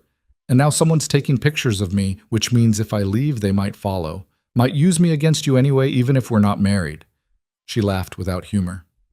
I'm trapped by protection. That's almost poetic. Serafina, it's okay. I'm not blaming you. Not for this part anyway. You're trying to keep me safe. I understand that. She pressed her palm against the glass. I just wish safety didn't feel so much like a cage. Dominic's phone buzzed again. Victor with an update. We have him. Warehouse in Red Hook. He's not talking yet. I'll be there in 20 minutes. You're going now. Serafina stated it rather than asked. Yes. To hurt him. To get information, whatever it takes. She turned away from the window. Then go. Do what you need to do. I'll be here when you get back. Locked in my cage where it's safe. That's not fair. None of this is fair. That's the point. She moved past him toward her bedroom. Just try not to enjoy it too much. The violence. I know you're capable of terrible things, but I'd like to think some part of you still feels something when you hurt people. She closed her bedroom door before he could respond, leaving Dominic standing in the living room feeling like he'd lost an argument he didn't know they were having. The warehouse in Red Hook was exactly what it sounded like. Abandoned, isolated, the kind of place where screams wouldn't carry. The man Victor had grabbed was tied to a chair in the center of the empty space, bleeding from a split lip but otherwise intact. For now. His name's Danny Costa. Victor handed Dominic a file. Works for Marco Colombo. Low-level enforcement, nothing special. Who told him to take the picture? He's claiming he was just doing surveillance, that Marco wanted to know your movements. Dominic approached the chair. Danny looked up with defiance that was mostly performance. I don't know anything. You know who sent you, you know why, and you know what happens next if you don't start talking. Marco's going to kill me if I talk. I'm going to kill you if you don't. Question is which death you prefer. Danny swallowed hard. I want a lawyer. Dominic almost laughed. This isn't an arrest, Danny. There are no lawyers. There's just you, me, and however much pain you can take before you tell me what I want to know.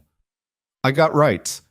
The first hit caught Danny across the face, snapping his head back. Blood sprayed from his nose. Dominic felt the familiar surge of adrenaline, the old instincts kicking in. This was what he knew, what he was good at. Try again. Who sent you? Marco Colombo. Danny was crying now. He said to watch the girl, see her patterns, report back. Report back what? When she's alone. Where she goes. If she's got protection. Danny spat blood. He's planning something, I don't know what. He doesn't tell me that stuff. But you have theories. He's pissed about the shipping routes, about you taking Vale's territory. He wants to hurt you back. By hurting her. Danny didn't answer, which was answer enough.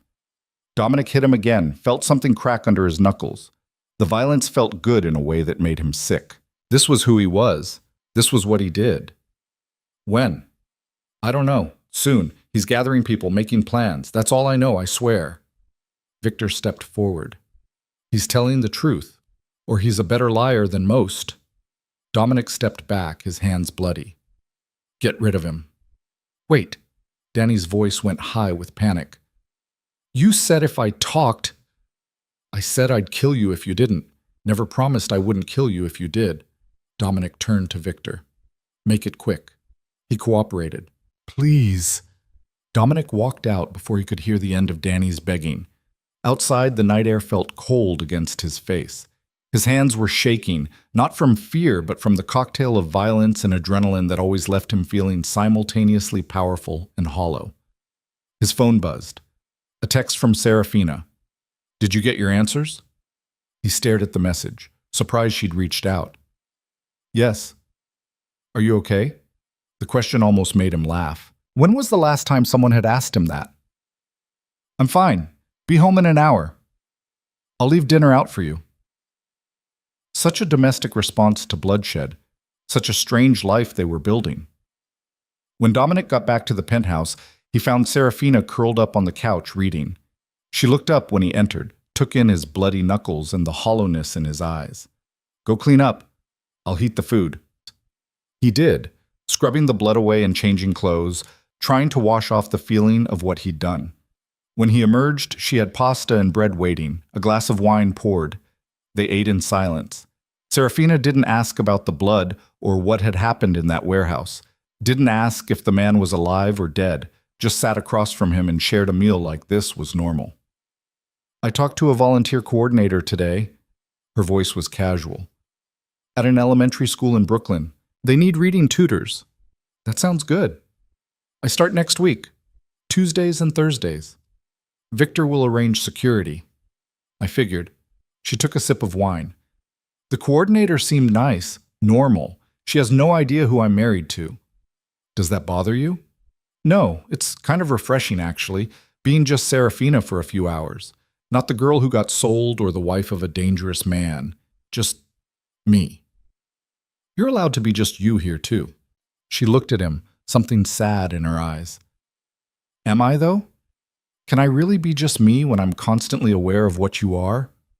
Of what you're capable of? I don't know. Me neither. She set her fork down. I'm trying, Dominic. I'm really trying to find a way to exist in this situation, to not hate you, to not hate myself for not hating you. But it's hard when you come home with bloody hands and I'm just supposed to pretend it's normal. You want me to lie? Pretend I'm something I'm not? No, I want... She stopped, shook her head. I don't know what I want. That's the problem. I'm so confused about everything. About you, about this, about who I'm supposed to be now.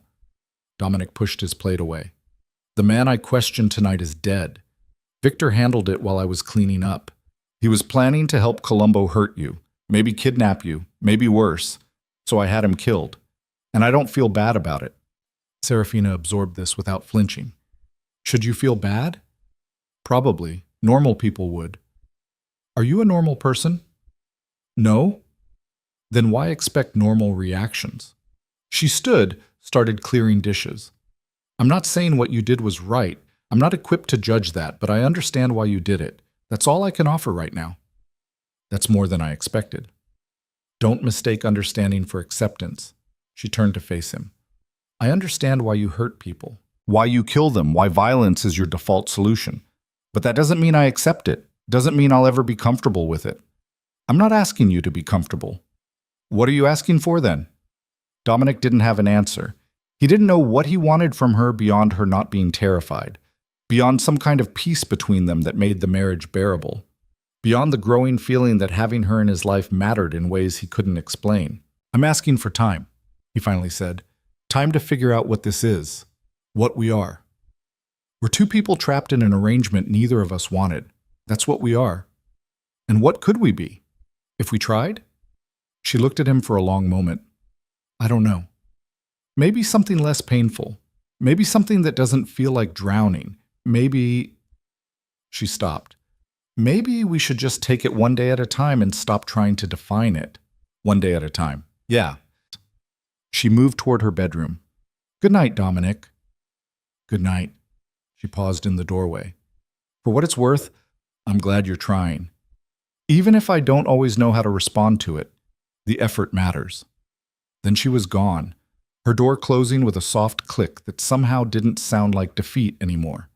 Just sounded like an ending to one day and the promise of another beginning tomorrow. Dominic sat alone in the living room, looking at the city lights and thinking about bloody knuckles and dead men and a girl who was trying so hard to find humanity in a situation designed to strip it away.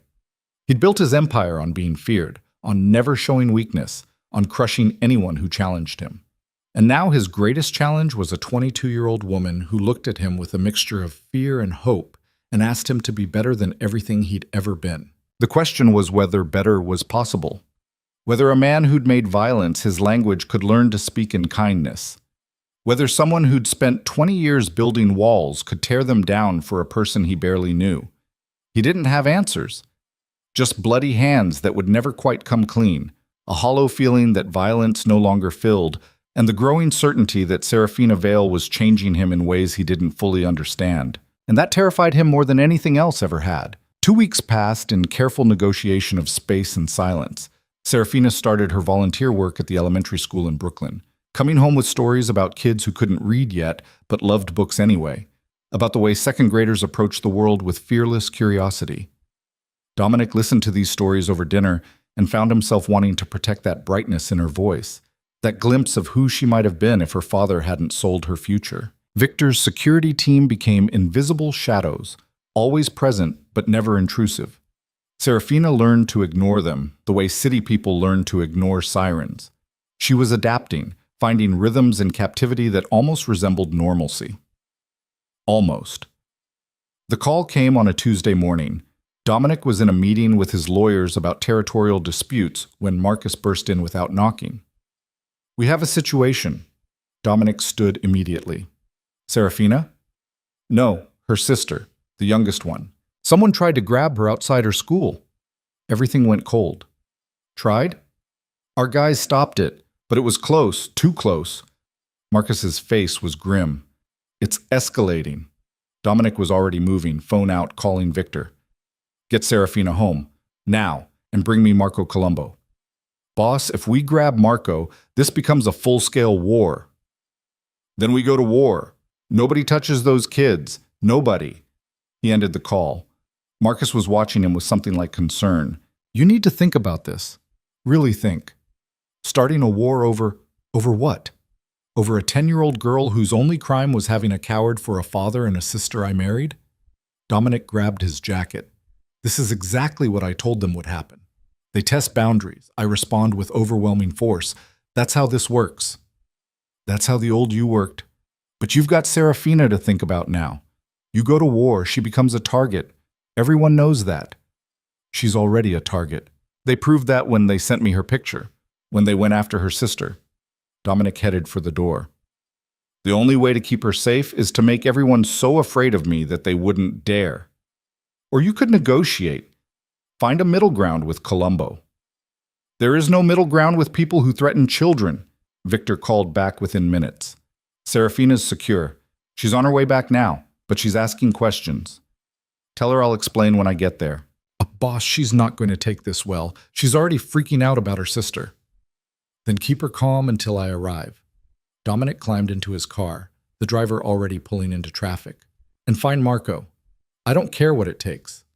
The drive back to the penthouse felt endless.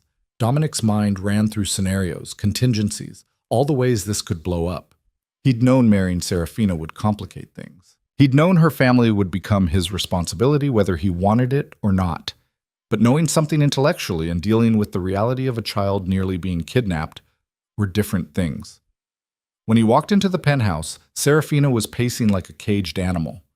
She whirled on him the moment he entered. Is Emma okay? They said she's okay, but I need to talk to her. I need to hear her voice. She's fine. She's at your parents' house with extra security. She doesn't even know anything happened. What do you mean she doesn't know? Someone tried to grab her. Of course she knows. Our guys stopped it before she saw anything. As far as she knows, some new bodyguards showed up to walk her home from school. That's all. Serafina stopped pacing. Bodyguards. 10-year-olds don't have bodyguards. This one does now. So does your other sister. This is insane. She pressed her hands to her face. This is my fault. I brought this into their lives. No. Your father brought this into their lives when he made deals with dangerous people. When he used you as payment for his mistakes. When he created a situation where your sisters became leverage. Dominic moved closer but didn't touch her. This is not on you. But it's happening because of me. Because I'm married to you. Because someone wants to hurt you and they're using my family to do it. Yes. And I'm going to make sure it never happens again. She looked up at him, fear and anger warring in her expression. How? By killing more people? By starting some kind of gang war that puts even more people at risk? By making it clear that there are consequences, that some lines don't get crossed. And you get to decide where those lines are. In this case? Yes, I do.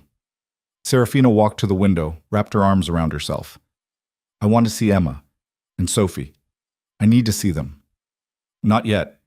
Not until we know it's safe. When will that be? When I've dealt with Marco Colombo. Dealt with. She turned to face him. You mean killed? Just say it. You're going to kill him. If that's what it takes. And if killing him makes things worse, if his people retaliate, if more children become targets, they won't. Not after I'm done. You can't possibly know that. I know how power works in this world.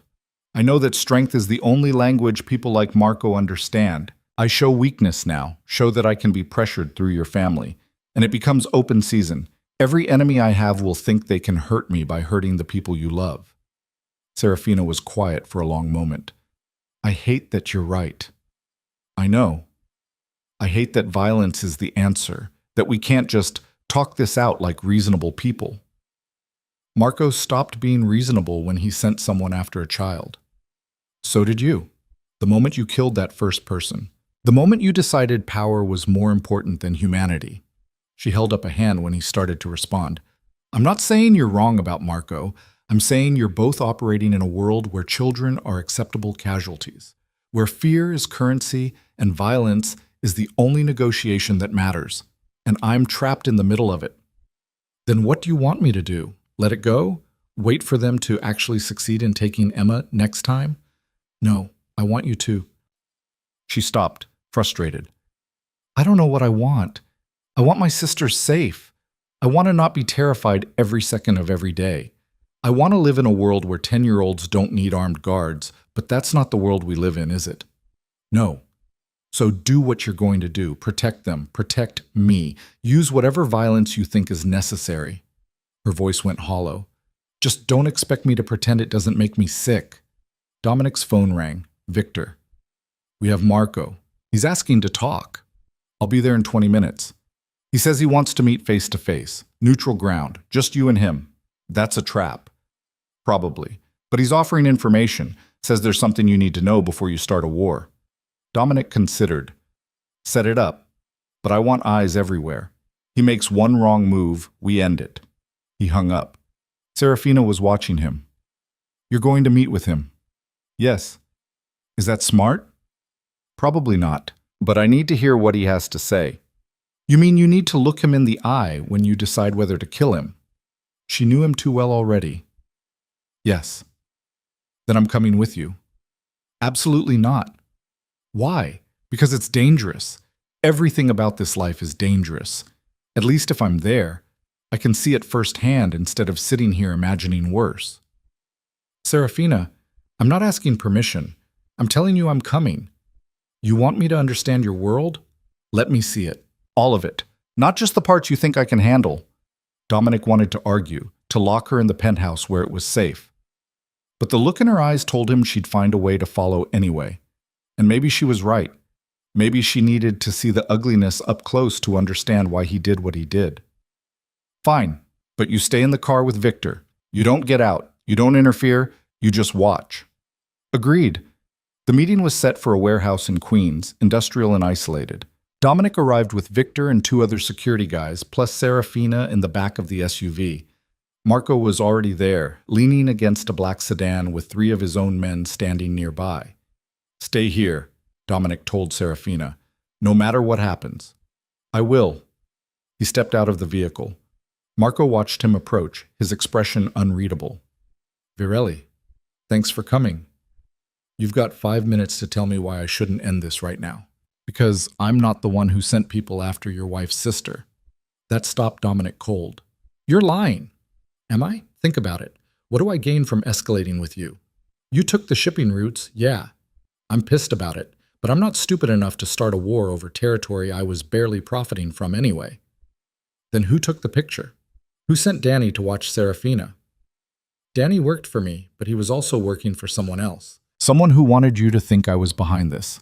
Someone who wanted us to destroy each other so they could move in on both our operations. Dominic felt pieces shifting. Who? Your new father-in-law. The words hit like a physical blow. Aldo. He's been playing both sides. Made a deal with me months ago. I'd help him create problems for you, make you look weak, and in exchange he'd give me access to shipping routes even after you took over. Said his daughter would help from the inside.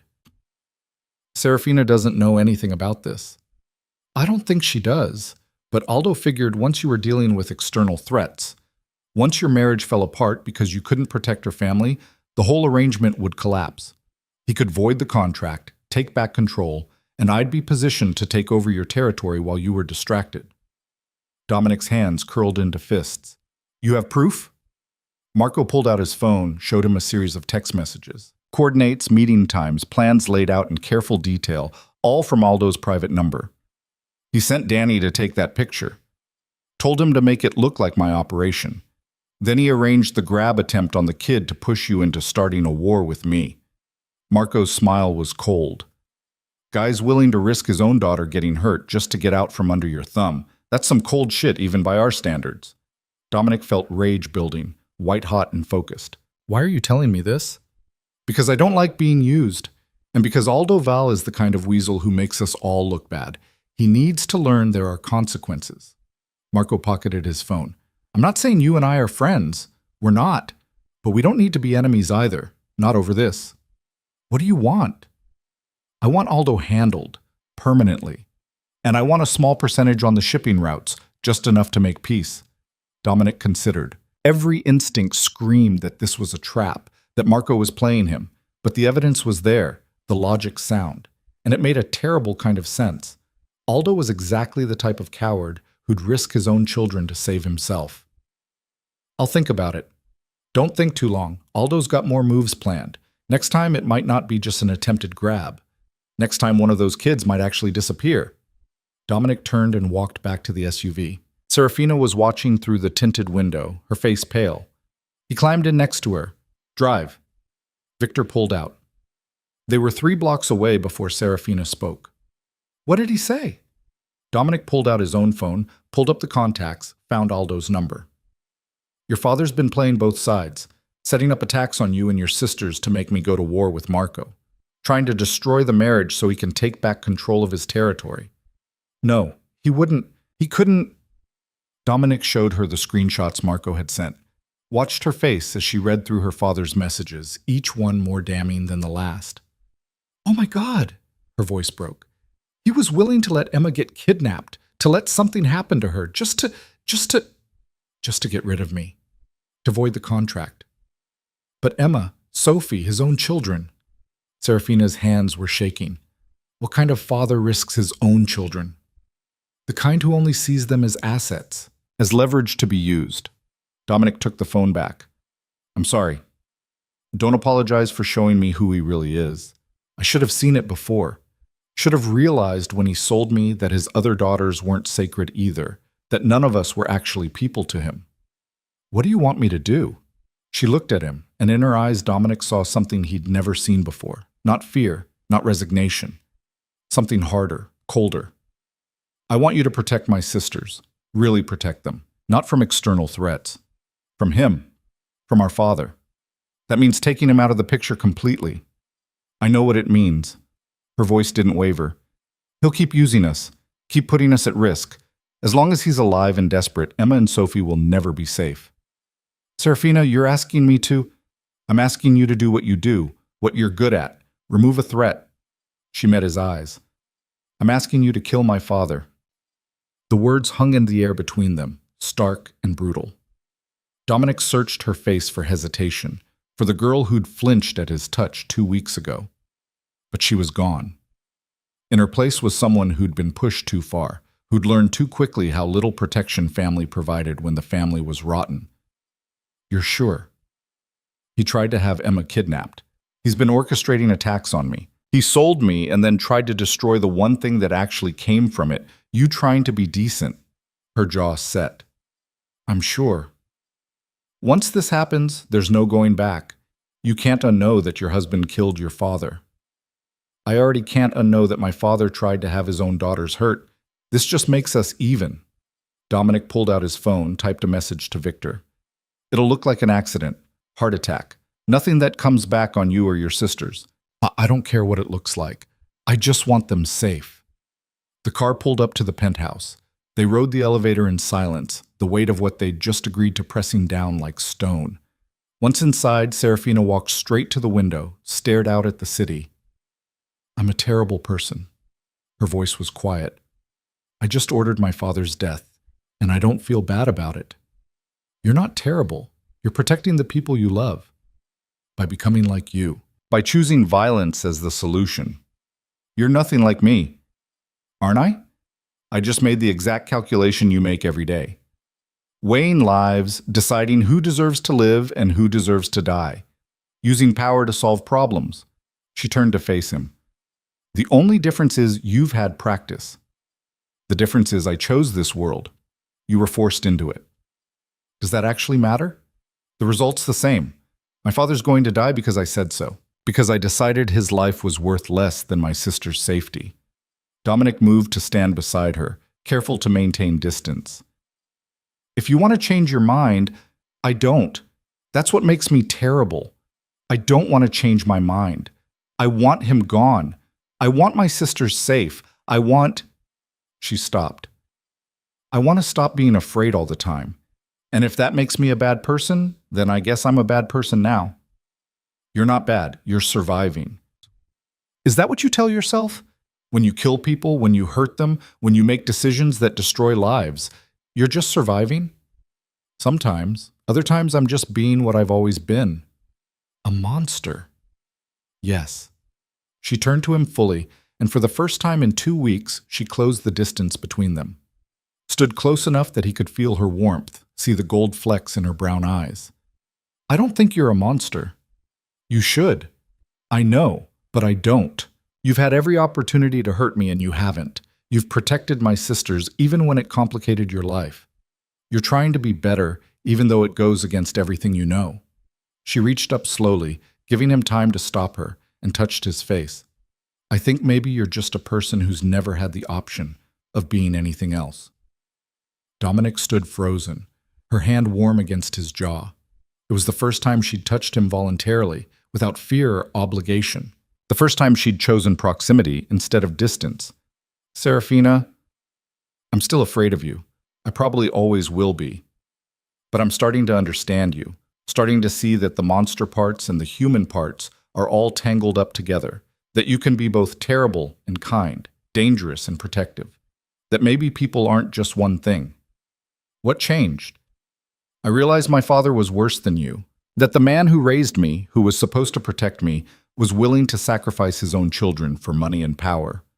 While you, the man I was taught to fear, has shown me more care in 2 weeks than he did in 22 years. Her hand dropped away. That changed my perspective on monsters. Dominic's phone buzzed. Victor with an update. It's done. Vale's car went off the road on his way home, crashed into a barrier. He died on impact, clean, like you wanted. Dominic read the message, felt the weight of it settling into his bones. He'd killed men before. Ordered deaths, carried them out himself, never lost sleep over it. But this was different. This was Serafina's father, however terrible he'd been. This was crossing a line that couldn't be uncrossed.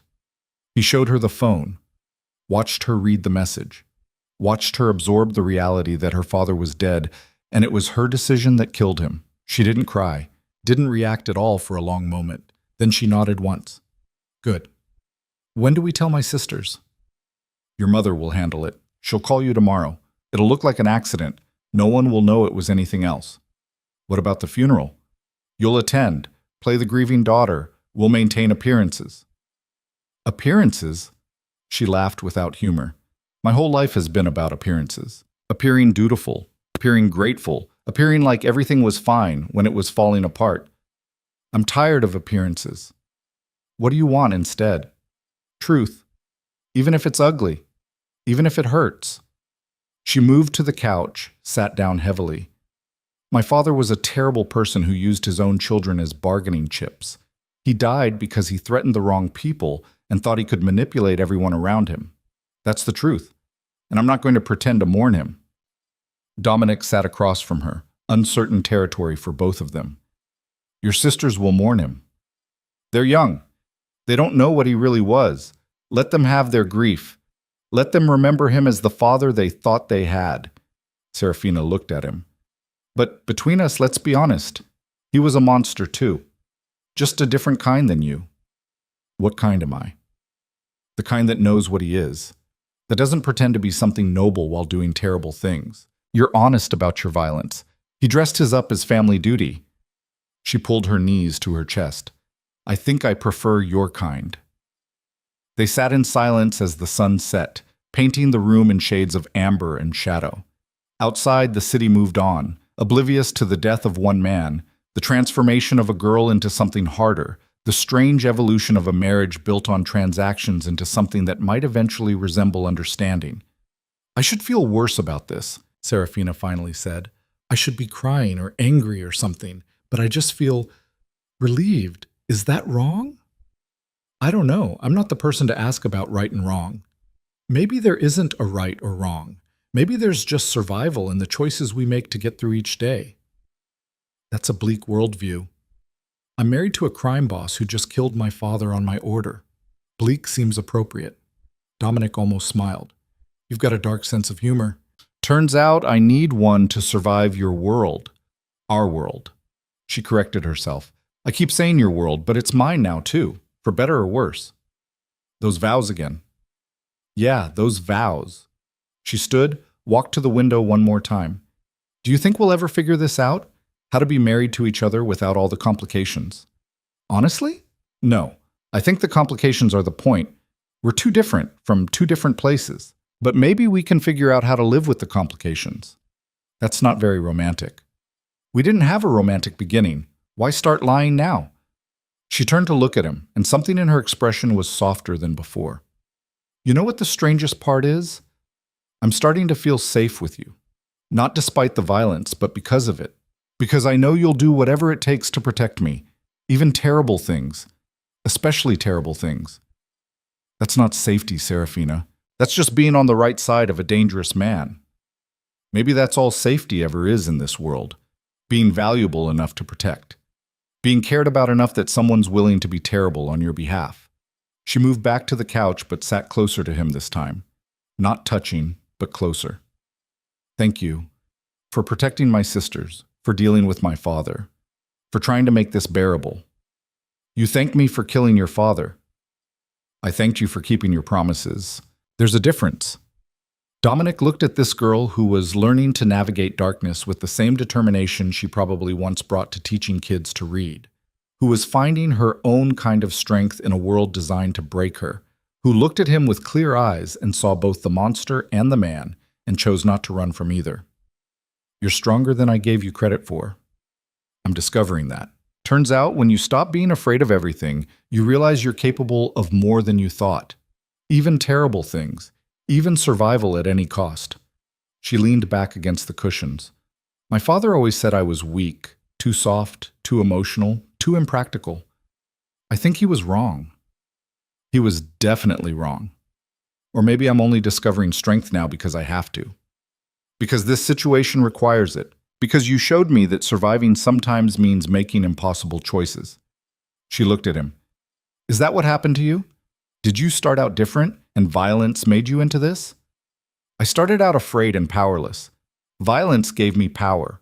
Once I had it, I never wanted to be powerless again. And now? Now I'm still powerful, still dangerous. But for the first time, I'm wondering if that's all I want to be. What else could you be?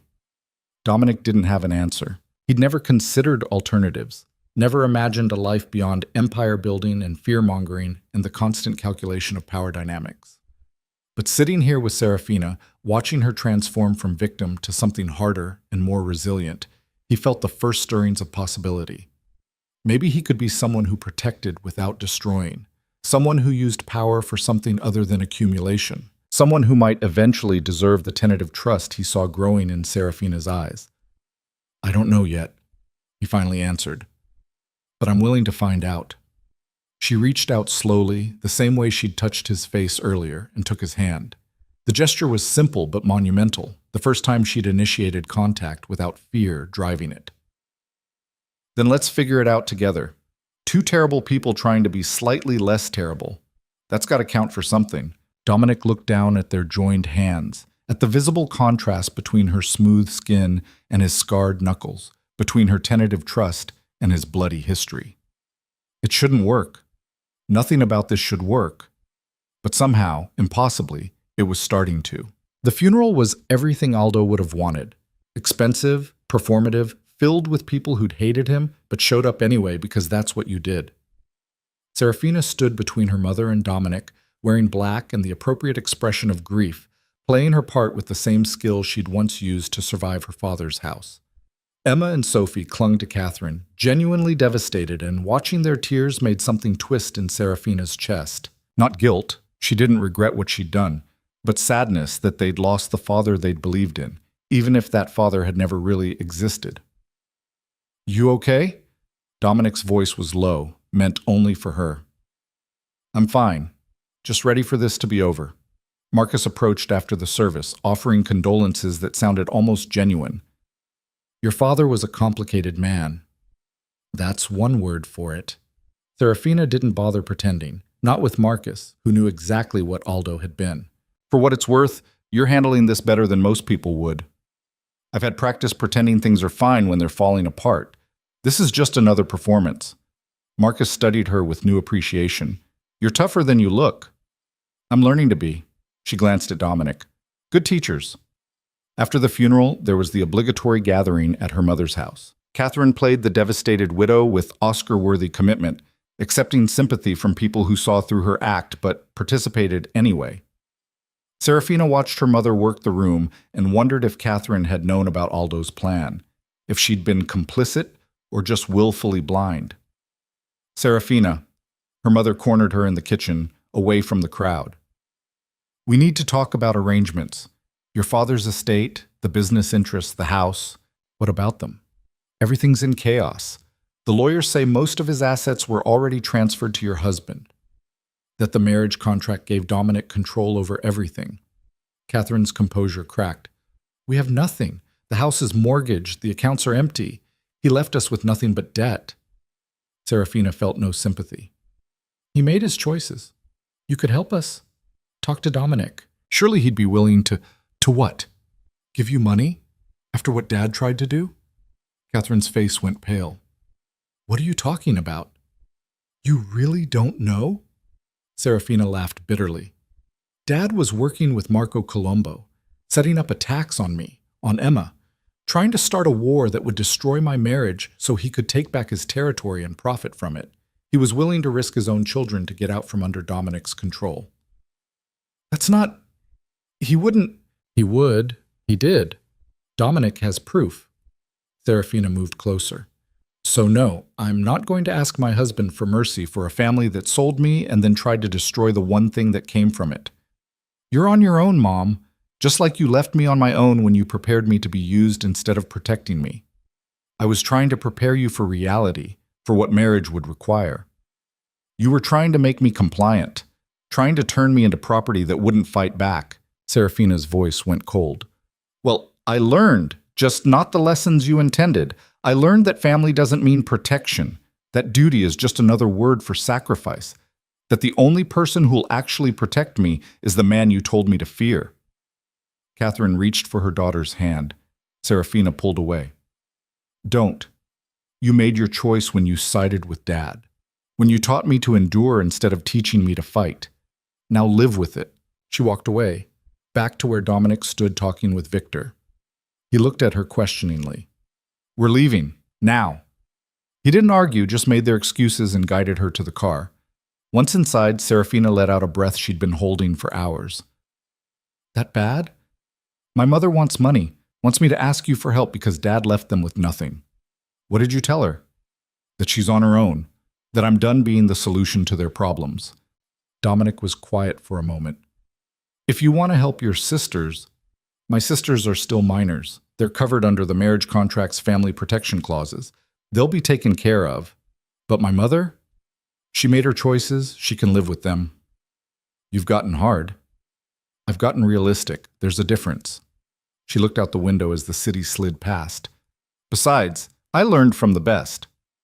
I'm not sure that's a compliment. It wasn't meant to be an insult either, just a fact. She turned back to him. Can we go somewhere? Not the penthouse. Somewhere else.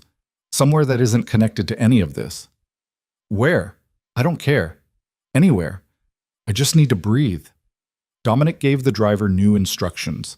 They ended up at a park along the Hudson, the kind of place normal people went to walk dogs and watch sunsets. They sat on a bench overlooking the water, the city behind them, pretending for a moment that they were just two people instead of what they actually were. I keep waiting to feel guilty. Serafina spoke first. About my father, about ordering his death, but I just feel empty. Like something's missing, but I can't figure out what. That's normal. Grief is complicated even when you hated the person. Is it grief, though, or just the absence of something that was always painful? Maybe both.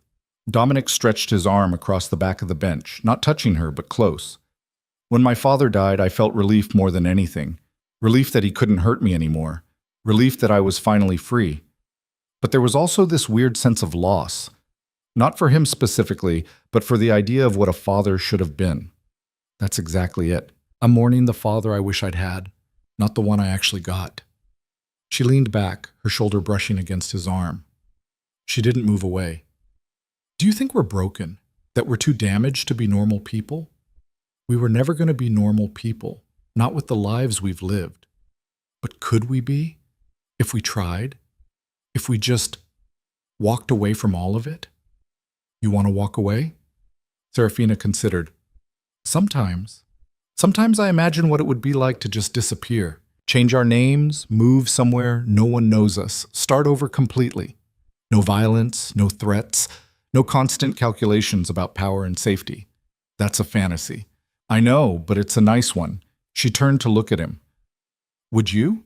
If you could? If there was a way to just stop being this person and be someone else? Dominic thought about it honestly. I don't know. This is all I've been for so long. I don't know who I'd be without it. But lately, with you, I've started wondering if there could be more. If power and fear are really all I want out of life. What else is there? I don't know yet. Maybe that's something we figure out together. They sat in silence, watching boats move up the river, the sun sinking lower. A couple walked past with a dog, laughing about something. Normal people living normal lives, completely unaware of the danger sitting on a park bench watching them. I start classes next week. No, Serafina said eventually. Finished my application to NYU. They accepted me into their education program. That's good. That's what you wanted. It's weird, having things I want, having a future that isn't just about surviving. She pulled her knees up, rested her chin on them. A month ago, my only goal was getting through each day without falling apart. Now I'm making plans, thinking about what comes next. It feels strange. Strange good or strange bad? Strange hopeful, which scares me because hope feels dangerous. Like if I let myself want things, they'll just get taken away. Not everything gets taken away. In our world, most things do. People, safety, innocence. This life takes everything eventually. Dominic couldn't argue with that. He'd seen too much, lost too much to pretend otherwise. So what do? Just accept that everything's temporary and not try for anything better? I don't know. Maybe we try anyway. Maybe we build something knowing it could fall apart. Maybe that's all anyone can do. She looked at him. Are we building something? Or are we just surviving proximity? What do you think we're doing? I think we're learning each other. Learning how to exist in the same space without destroying each other. Whether that's building something or just making the best of a bad situation, I honestly can't tell yet. Fair enough. But I don't hate you anymore. I thought I would. Thought I'd spend my whole life resenting you for being part of this situation. But you're not the villain I expected. What am I then? Complicated. Dangerous but not cruel. Violent but not sadistic. Capable of terrible things but also capable of… She trailed off. Of what? Of caring. Even when you don't want to.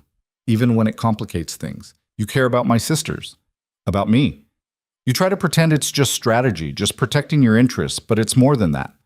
Dominic wanted to deny it, to maintain the distance that had kept him safe for 20 years. But lying felt pointless. Serafina saw through him too clearly now. Yeah, it's more than that. Since when? I don't know. Somewhere between watching you fall apart on our wedding night and watching you order your father's death, somewhere in there you stopped being a transaction and started being a person I actually gave a damn about. That's not very romantic either. We established we're not romantic people. No, we're really not.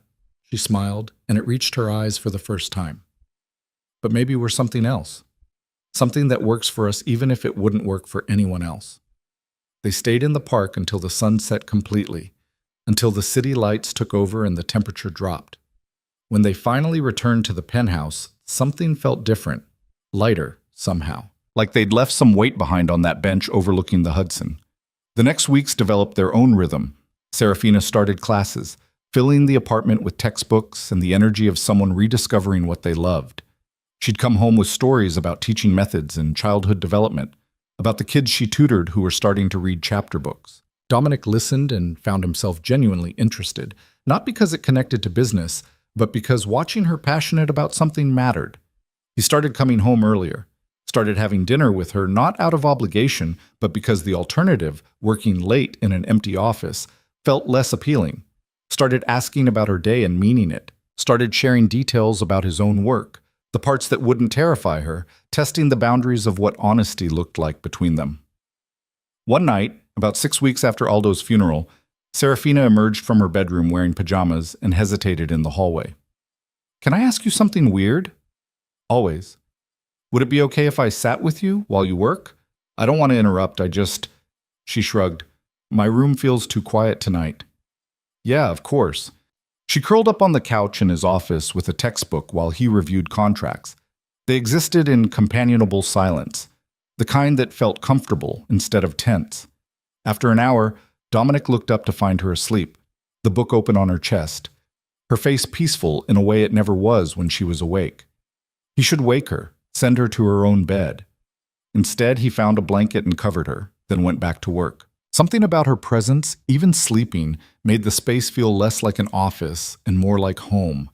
She was still there in the morning when he woke up on the couch across from her, having fallen asleep at some point without meaning to. She stirred when he moved, blinked at him in confusion. Morning. Morning. She sat up, the blanket falling. Did you sleep here too? Apparently. Why didn't you go to your room? Didn't want to leave you alone in here. Something shifted in her expression. That's the nicest thing anyone's ever done for me, not leaving me alone. That's a really low bar. Welcome to my childhood. But she was smiling. Thank you anyway. The distance between them started closing in increments. Serafina sitting closer during dinner, Dominic's hand on her back when they walked into a restaurant. Small touches that would have terrified her a month ago becoming normal. Her laughter at his dry humor. His interest in her stories. The careful architecture of two people learning to occupy the same space. But the world they lived in didn't allow for slow evolution. It demanded decisions. The call came on a Tuesday. Victor, his voice tight with controlled fury. We've got a problem. Someone hit one of our warehouses in Red Hook, took out 2 of our guys, made off with $500,000 in product. Dominic was out of the apartment in minutes, Serafina watching from the doorway with worried eyes. Be careful. Always am. No, you're not. You're reckless and violent and you think you're invincible. She moved closer. But you're not. So be careful anyway. He wanted to dismiss her concern, to maintain the walls that kept him safe, but something in her eyes stopped him. I will. The warehouse was a crime scene. 2 bodies covered with tarps, security footage wiped, the whole operation clean and professional, too professional for random thieves. Who did this? Dominic asked Victor. Don't know yet, but it was coordinated. They knew our security patterns, our shift changes, exactly where the product was stored. Inside job. Has to be. Question is who and why. Marcus arrived 15 minutes later, looked at the scene, and swore. This is bad. Really bad. We lose this much product, word gets out, everyone's going to think we're vulnerable. Then we find who did this and make an example. Agreed. But until we do, we need to lock everything down. Double security, rotate shifts, trust no one. Dominic spent the next 3 days hunting. Every contact, every source, every whisper on the street. The answer, when it came, was worse than expected. It was Tommy Ricci. Victor dropped the file on Dominic's desk. Your guy. Been with you for 8 years. Tommy? The betrayal hit harder than it should have. Tommy had been loyal, reliable, one of the few people Dominic actually trusted. You're sure? Surveillance caught him meeting with buyers. He set the whole thing up, took the product, sold it independently, pocketed the cash. Why? Says he needed money. His kids got medical bills, something expensive. He asked you for help 6 months ago. You said no.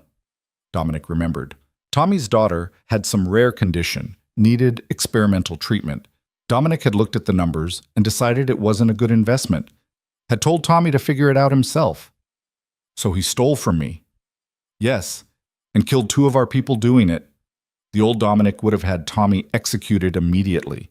Would have made it public and brutal, a lesson to anyone else who thought betrayal was an option. But something made him hesitate. Where is he now? We've got him, waiting for your call on what to do with him. Dominic went to see Tommy himself, found him in a warehouse basement, tied to a chair, bloodied but conscious. When Tommy saw him, something broke in his expression. Boss, I'm sorry, I'm so sorry, You didn't what? Think I'd find out? Think there'd be consequences? My daughter, she's dying. The treatment cost $300,000 and I didn't have it. I asked you, you said no, and I didn't know what else to do. So you stole from me, killed 2 of my people, betrayed everything. I know it was wrong, but she's my daughter. She's 8 years old and she's dying, and I couldn't just... Tommy was crying now. I couldn't just let her die. Dominic felt something crack in his chest. A month ago, he would have killed Tommy without hesitation. But now he kept thinking about Serafina's sisters, about what she'd been willing to do to protect them, about the impossible choices people made when they were desperate. You should have come to me again, explained it was urgent. I did, 3 times. Your assistant kept saying you were too busy. That hit like a physical blow. Tommy had tried, had exhausted options, had made the desperate choice of someone out of alternatives. The people you killed, they had families too. I know, Tommy's voice broke. That's going to haunt me forever. But my daughter was dying and I couldn't think about anything else. Dominic pulled out his phone, made a call.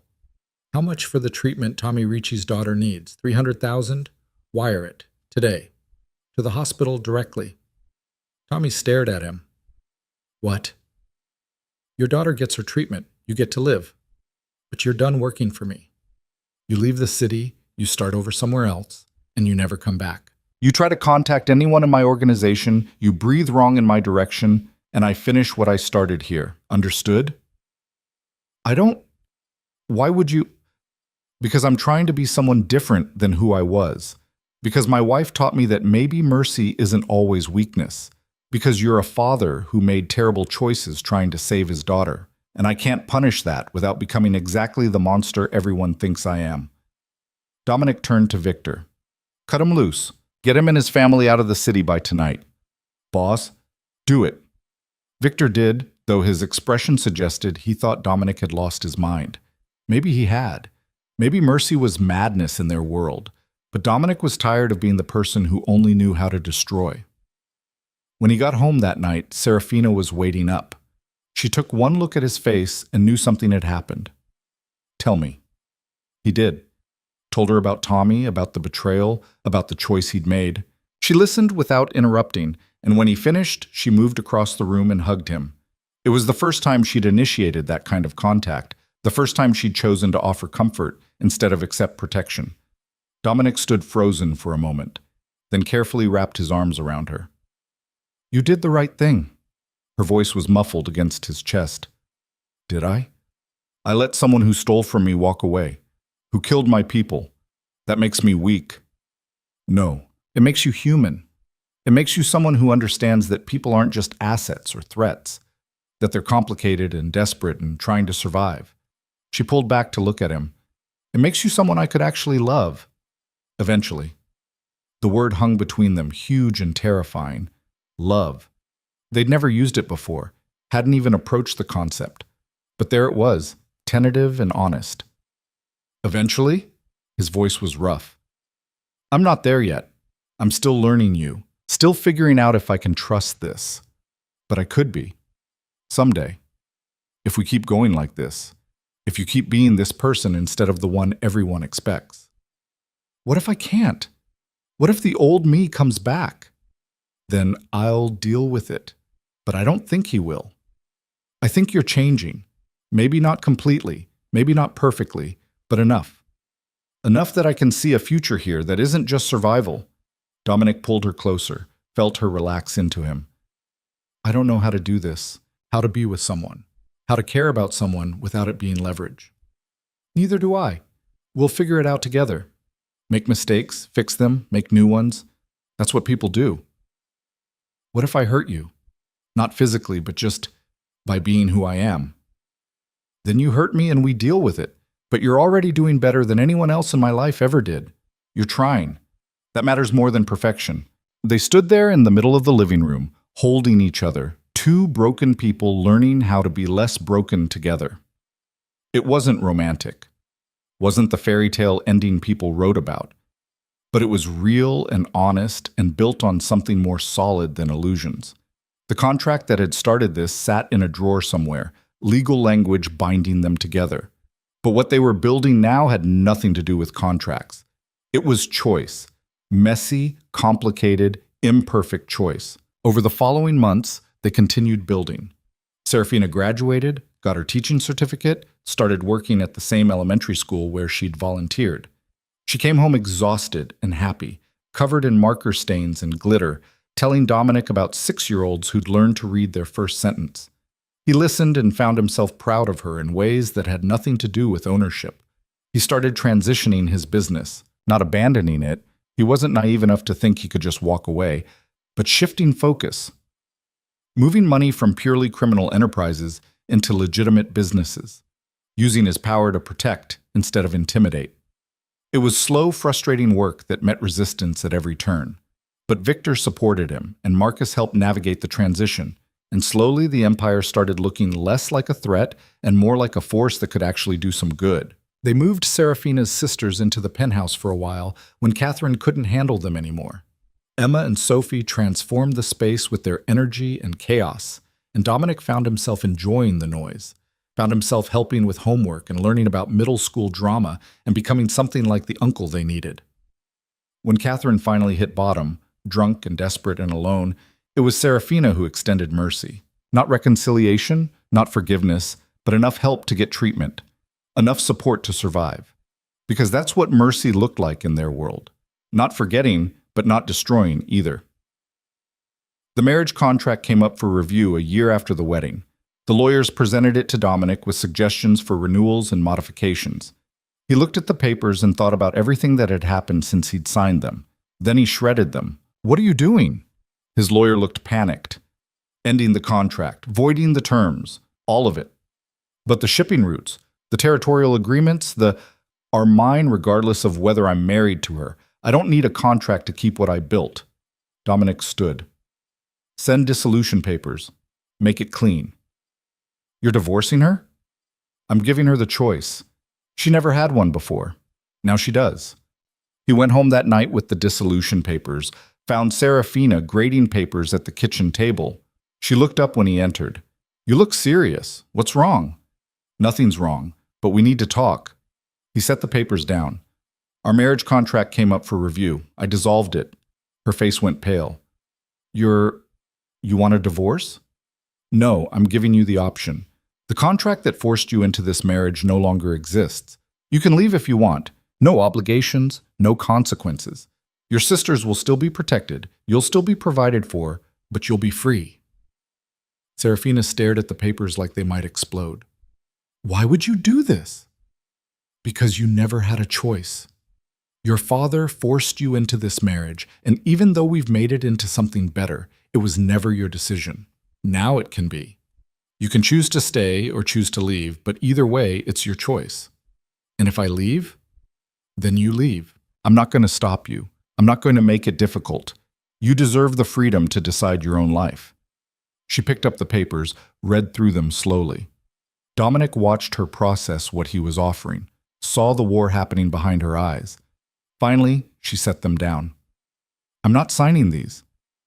Serafina, I'm not signing them because I don't want a divorce. I want to stay. Not because a contract says I have to, but because I'm choosing to. Because this thing we've built matters to me. Because you matter to me." She stood, moved around the table to face him. "I love you. I don't know when it happened exactly, probably somewhere between you destroying my father and you showing mercy to Tommy Ricci. But I do. I love you, and I want to stay married to you. Not because I'm trapped, but because I'm choosing it." Dominic felt something in his chest crack open, some final wall he'd been maintaining falling away. "I love you too. I don't know how to do it right. I'll probably mess it up constantly, but I love you. More than I thought I was capable of loving anyone." She kissed him then, for the first time. Not the obligatory brush at their wedding, but a real kiss. A choice. He kissed her back, careful and reverent, like she was something precious instead of something owned. When they pulled apart, she was crying. Happy tears this time, not afraid or sad. "So we're doing this? Actually doing this? Choosing each other? If you'll have me, even though I'm still dangerous and violent and probably always will be to some degree. I'm not asking for perfection. I'm asking for you, all of you. The terrible parts and the trying to be better parts. That's what I want." then that's what you get. They stood in the kitchen surrounded by graded papers and dissolution documents that would never be signed. Two people who'd started as a transaction and somehow become real. It wasn't the story anyone would have predicted, wasn't romantic in any traditional sense, but it was theirs, messy and complicated, and built on honesty instead of illusion. That night, for the first time since their wedding, Serafina didn't go to her separate bedroom. She took Dominic's hand and led him to his room, their room now, and what happened there was gentle and slow and full of the trust they'd spent a year building. It wasn't perfect. She still had moments of fear. He still had to remind himself to be careful. But it was real and chosen, and that made it worth more than perfection ever could. Afterward, lying in the dark with her head on his chest, Serafina spoke into the silence. Do you ever regret it? The marriage contract? The way we started? Dominic thought about it honestly. I regret what it cost you. The fear, the loss of choice, everything your father put you through.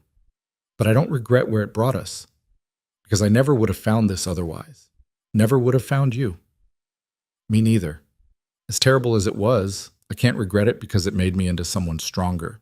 Someone who knows what they want and how to fight for it. Someone who can love a complicated, dangerous man and not lose themselves in the process. Is that what you're doing? Loving a dangerous man? That's exactly what I'm doing. And you're loving a woman who's learned to be dangerous too. We're good at that, making each other stronger instead of weaker. Yeah, we are. They fell asleep tangled together, and for the first time since the wedding night, both of them slept peacefully. No nightmares, no fear, just the quiet comfort of two people who'd chosen each other despite everything. The years that followed weren't easy. Dominic's past caught up with them sometimes. Old enemies, old debts, the constant threat that came with the life he'd built. But they faced it together. Serafina learned to navigate his world with the same determination she brought to teaching. He learned to prioritize her safety and happiness over power and control. They fought, made up, fought again, learned each other's boundaries and limits and how to communicate when things got hard. Emma and Sophie grew up protected and loved, never knowing the full extent of what their brother-in-law did or what their father had tried to do. They just knew that Serafina was happy, that Dominic treated them like family, that they were safe in ways they'd never been before. Dominic gradually transformed his empire into something that could almost be called legitimate. Not entirely, some stains never fully washed out, but enough that he could sleep at night. Enough that when Serafina looked at him, she saw someone trying to be better instead of someone reveling in destruction. On their 5th anniversary, Dominic took Serafina back to the park where they'd sat after her father's funeral. They sat on the same bench, watching the river, 5 years older and infinitely changed. Do you remember what we talked about here? Serafina asked. You asked if I'd walk away, start over somewhere new. Would you? Now? Dominic considered. No, not anymore. This is our life, complicated and imperfect, and sometimes dangerous, but ours. I don't want to run from it. I want to keep building it into something better. Me too. She leaned against him, comfortable in a way she never could have imagined that first terrifying night. We did okay, didn't we, for two people who started as a business deal? We did better than okay. We built something real out of something terrible. That's not nothing. No, that's everything. They sat until sunset, just like they had 5 years ago. But this time when they left, they went home together. Not to a cage or a prison or an obligation, but to a life they'd chosen. To a marriage that had started with a contract and become something that transcended any legal document. It wasn't the fairy tale ending. There was no magical transformation, no perfect happiness. Just two imperfect people who'd learned how to love each other despite the darkness they'd both survived. Who'd taken a transaction built on fear and sacrifice and transformed it into partnership built on choice and trust. And in a world that dealt in power and violence and broken promises, that transformation was the most radical thing they could have done. Dominic Varelli had spent his life believing that strength was all that mattered, that mercy was weakness, that caring about people made you vulnerable. Serafina Vale had spent her life believing she had no worth beyond what others needed from her, that survival meant erasure, that love meant sacrifice. They'd both been wrong. And finding each other had taught them that the strongest thing they could do was choose to be vulnerable, that mercy took more courage than violence, that real love meant seeing someone completely, all their terrible parts and all their trying, and choosing them anyway. The marriage contract that had started everything sat destroyed in a file somewhere, its power dissolved. But the marriage itself remained, stronger for being chosen than it ever could have been when it was forced. And that choice, renewed every day in small ways and big ones, was worth more than any contract ever could be.